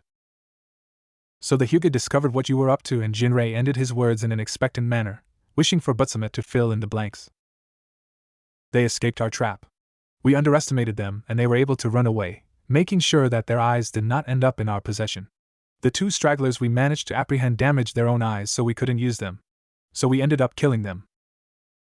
And now the Hyuga are so pissed off that they decided to band together with the enemy. Classic enemy of my enemy at work here, Jin said, feeling exhausted already. He could guess what Butsuma wanted, but he wanted the man to come out and say it. Except, Jin Dano, Butsuma said, that's not where it ends. There's more to this? Jin asked rhetorically, feigning ignorance. Of course there would be more to this. When Senju Butsuma was involved, nothing is ever cut and dry. Unfortunately. Butsuma had a genuine frown of displeasure at this point. His age was beginning to show. The reason why it took me 3 months to get here is because during this period, I'd been trying to mend the fences with our other allies. They found out? Yes. A few have abandoned ship, choosing to go back to being neutral over the war with the Uchiha or actually join up with them. Just how many clans have you lost over this, Butsuma Dano? Jinrei felt compelled to ask. 5. The Sarutobi and Nara went back to being neutral while the Akimichi, Yamanaka and Hyuga all joined up with the Uchiha. The Yamanaka, despite my best assurances that the Senju would never betray them, simply chose to ignore me and side with the Uchiha. The Akimichi had already been spoiling for a reason to leave us, believing that the way our alliance worked was unfair, but that was not true. This was just all the motivation that they needed to leave us. Butsuma said all of this calmly. So the only allied clan that you have that's based in Hai no Kuni is the Shimura clan, Jinrei deduced. Yes. You can see how this leaves us in a very precarious position, Butsuma said, to which the two other men nodded in understanding. The scales have been tipped to the Uchiha's favor. They are now the most powerful clan in Hai no Kuni. And because of this, they have become what's the saying? What's the mechanism that is used to launch arrows from a crossbow? A trigger, Jinrei answered. Yes, that. They have become trigger-happy, Butsuma concluded. Jin and Jinrei looked at each other for a split second, already guessing where this was headed. Butsuma was here to ask for manpower. The Uchiha have been taking more and more of our clientele away, with people choosing to work with them instead of us. We're losing territory that was once ours in Hai no Kuni. I'm sure 2 men such as yourselves know what I'm here for. The time for sugar-coating was done. It was time to go for the kill. You're here to ask us to lend you our strength in order to get back your strength, Jin said. Yes, I am, Butsuma said. We have not been involved in a war in a very long time, Butsuma, Jinrei said, with the other two noticing how he chose to drop the honorific he had been using to address Butsuma all along. Don't drag us back into one. especially one that does not concern us. There was complete silence in the room for the briefest of moments, before Butsuma started chuckling.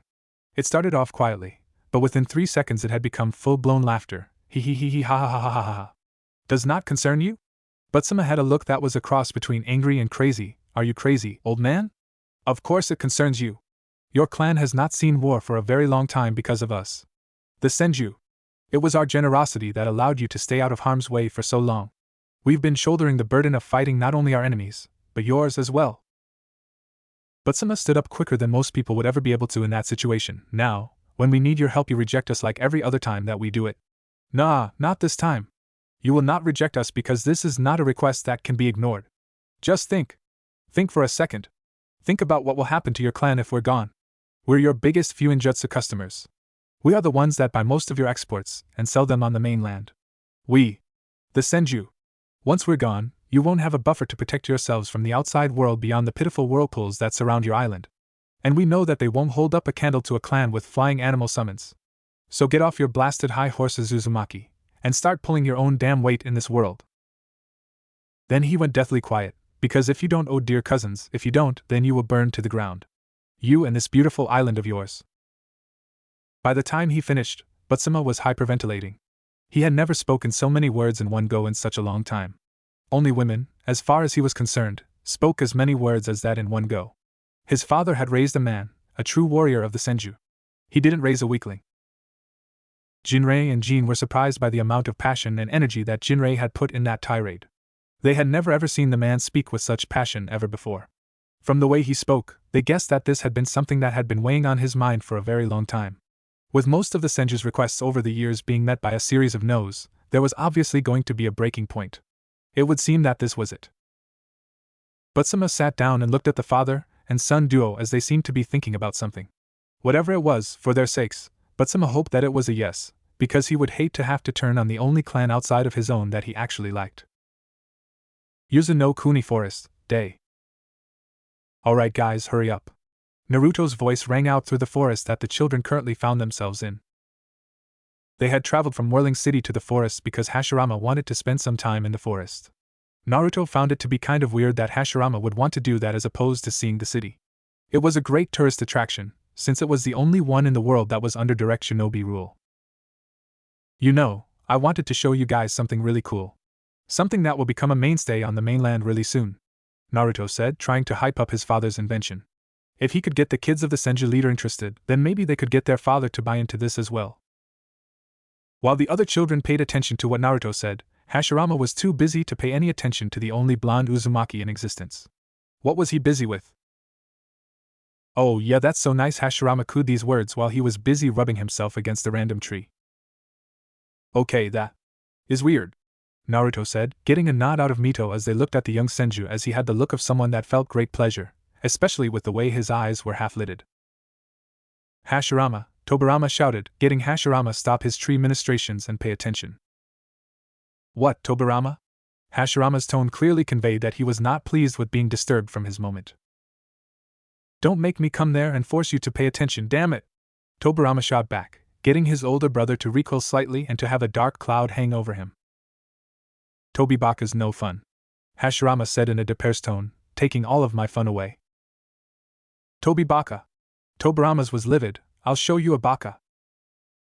Tobirama quickly ran to Hashirama, looking to clean his clock for him, but the older brother was more deceptive than he let on as his sour mood quickly vanished to be replaced by a mischievous smirk, before he disappeared at the last second, replaced by a log just as Tobirama put his hand on him. Whoa! Naruto thought, I didn't even see him make any hand signs. Last one back is a rotten egg. Hashirama's voice rang throughout the forest, or at least the section that they were in. Show off, scoffed Toka as soon as his voice died down. Naruto and Mito were too by looking all over the show, trying to see where he was. Don't bother, Itama said, getting them both to stop searching for the eldest Senju among them. He's gone. Probably already halfway to the entrance of the forest. Oh, Naruto said, preparing to get going. The others are too. Itama disappeared as soon as he said this, and then Naruto and Mito realized that all of the Senju kids were already gone. Hey, no fair! Mito bellowed as she started playing catch-up. She ran for a few seconds before she realized that Naruto was just looking at the direction that they had run to. Come on, Naruto. They're getting away. Mito pleaded. Don't worry about it, Mito. Naruto said as he turned left and started to walk that way. Follow me. I know a shortcut. Stuffing his hands into his pockets, Naruto walked forward at a leisurely pace, waiting for Mito to catch up to him, and as soon as she did, he put his hand on her shoulder and said, Hold on tight. You're the one doing the holding, Naruto. Oh, hee hee. My bad. And with that, they were gone. The bright rays of the sun were just peeking over the clouds and illuminating the village settlement that Uzumaki Jin would do anything for. As he stood on a mountain range just outside of the village that he was the leader of, he kept playing back the meeting that he had with Butsuma. Everything that had been said, from the Senju gaining a possible Kekkai Genkai through Butsuma's firstborn, to the manner in which the man so callously admitted to trying to steal the Byakugan from the Hyuga, to his over-the-top rant about how the Senju were the only reason why their clan hadn't seen all-out war in a very long time. The last part rang true. All of those things just kept playing themselves back and forth throughout his mind as he tried to come to a decision about it all. Of course, the first one was an easy enough decision to come to. The Uzumaki had an extensive library that had documented information that dated back hundreds of years. Some of the more secret information that they held traced back to the days of the Rikudo Sennin. This type of information was privy to only those that were of high standings within the clan. They had a bit of a monopoly in the history market. If Butsuma wanted to find out something regarding a possible latent Senju Kekkai Genkai genome, then he was more than welcome to fish through the sections of their library that were for public use. The other thing, the one involving a possible war with who was he kidding? A war between the Senju and the Hyuga was inevitable now. Butsuma was gathering resources to try and make sure that everything turned out well for him. The Senju may have lost a lot of credibility among some of Hai no Kuni's more prominent clans, but they still had powerful allies. The Uzumaki were invariably more powerful than some of the clans that the Senju lost. This was not Jin beating on his clan's chest with prideful egotism, it was just a simple fact. Anyone that can use Fuinjutsu in a fight is dangerous. Very much so. To the point where, depending on their skill level, they can end battles in one move. Now imagine a clan filled to the brim with people that at least had the potential to do that individually. Having the Uzumaki back them up in the war would definitely be something great for the Senju. But would it be so for the Uzumaki? How goes things? Jin's thoughts were interrupted by his father, who slowly walked up to him until he stood at the apex of the small mountain with his son. They both watched as the village that they had given their lives towards protecting got ready to tackle the day's activities. Not good, Jin replied calmly, as expected of him. If it had been anyone else that had asked him the question, he would have said something else. Maybe make up a lie or just outright shut up, but he was dealing with his father, the man that made him a man. I understand. This is a situation that requires the most profound level of thinking you can muster. Any chance of you possibly sharing some of your wisdom, Jinrei the Wise? Jin said with a nearly imperceptible smirk, still looking at the village below. Was that a joke? I never thought you had it in you to make one. Honestly, that surprised the heck out of Jinrei. I am not emotionally stunted. No one is. Even Butsuma, someone that makes me look like a happy-go-lucky idiot, isn't as emotionless as everyone thinks. Jinrei nodded his head in agreement. Still though, I really don't know what to do. Turning to look at his son, Jinrei saw just how much weight his son was carrying. He may have been a powerful shinobi that was seen by many as an example of the perfect shinobi, but he was still human at the end of it all. It was his human side that had now shown itself as he wrestled with the thought of sending his brethren to die in a war that they did not start.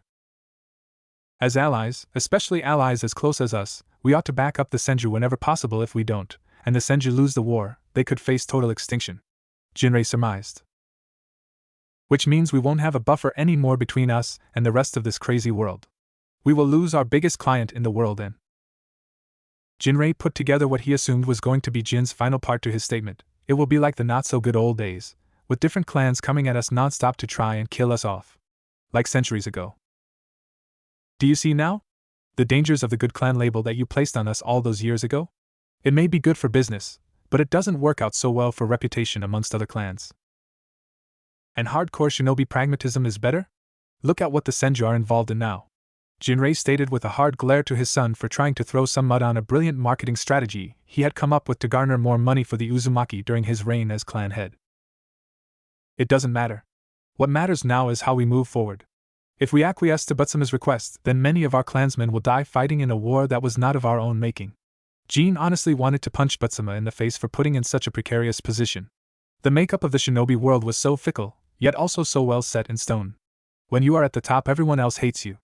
Mostly for your hubris and thinking of yourself as invincible. It happened to the Uzumaki, and they learned a great deal from it, and now it was happening to the Senju. True. But if we don't, then the Senju will lose. They may be strong, but even they can't face up to the combined might of 2 dojutsu-wielding clans along with a whole cavalcade of others, with their only backup being the Shimura and a few others.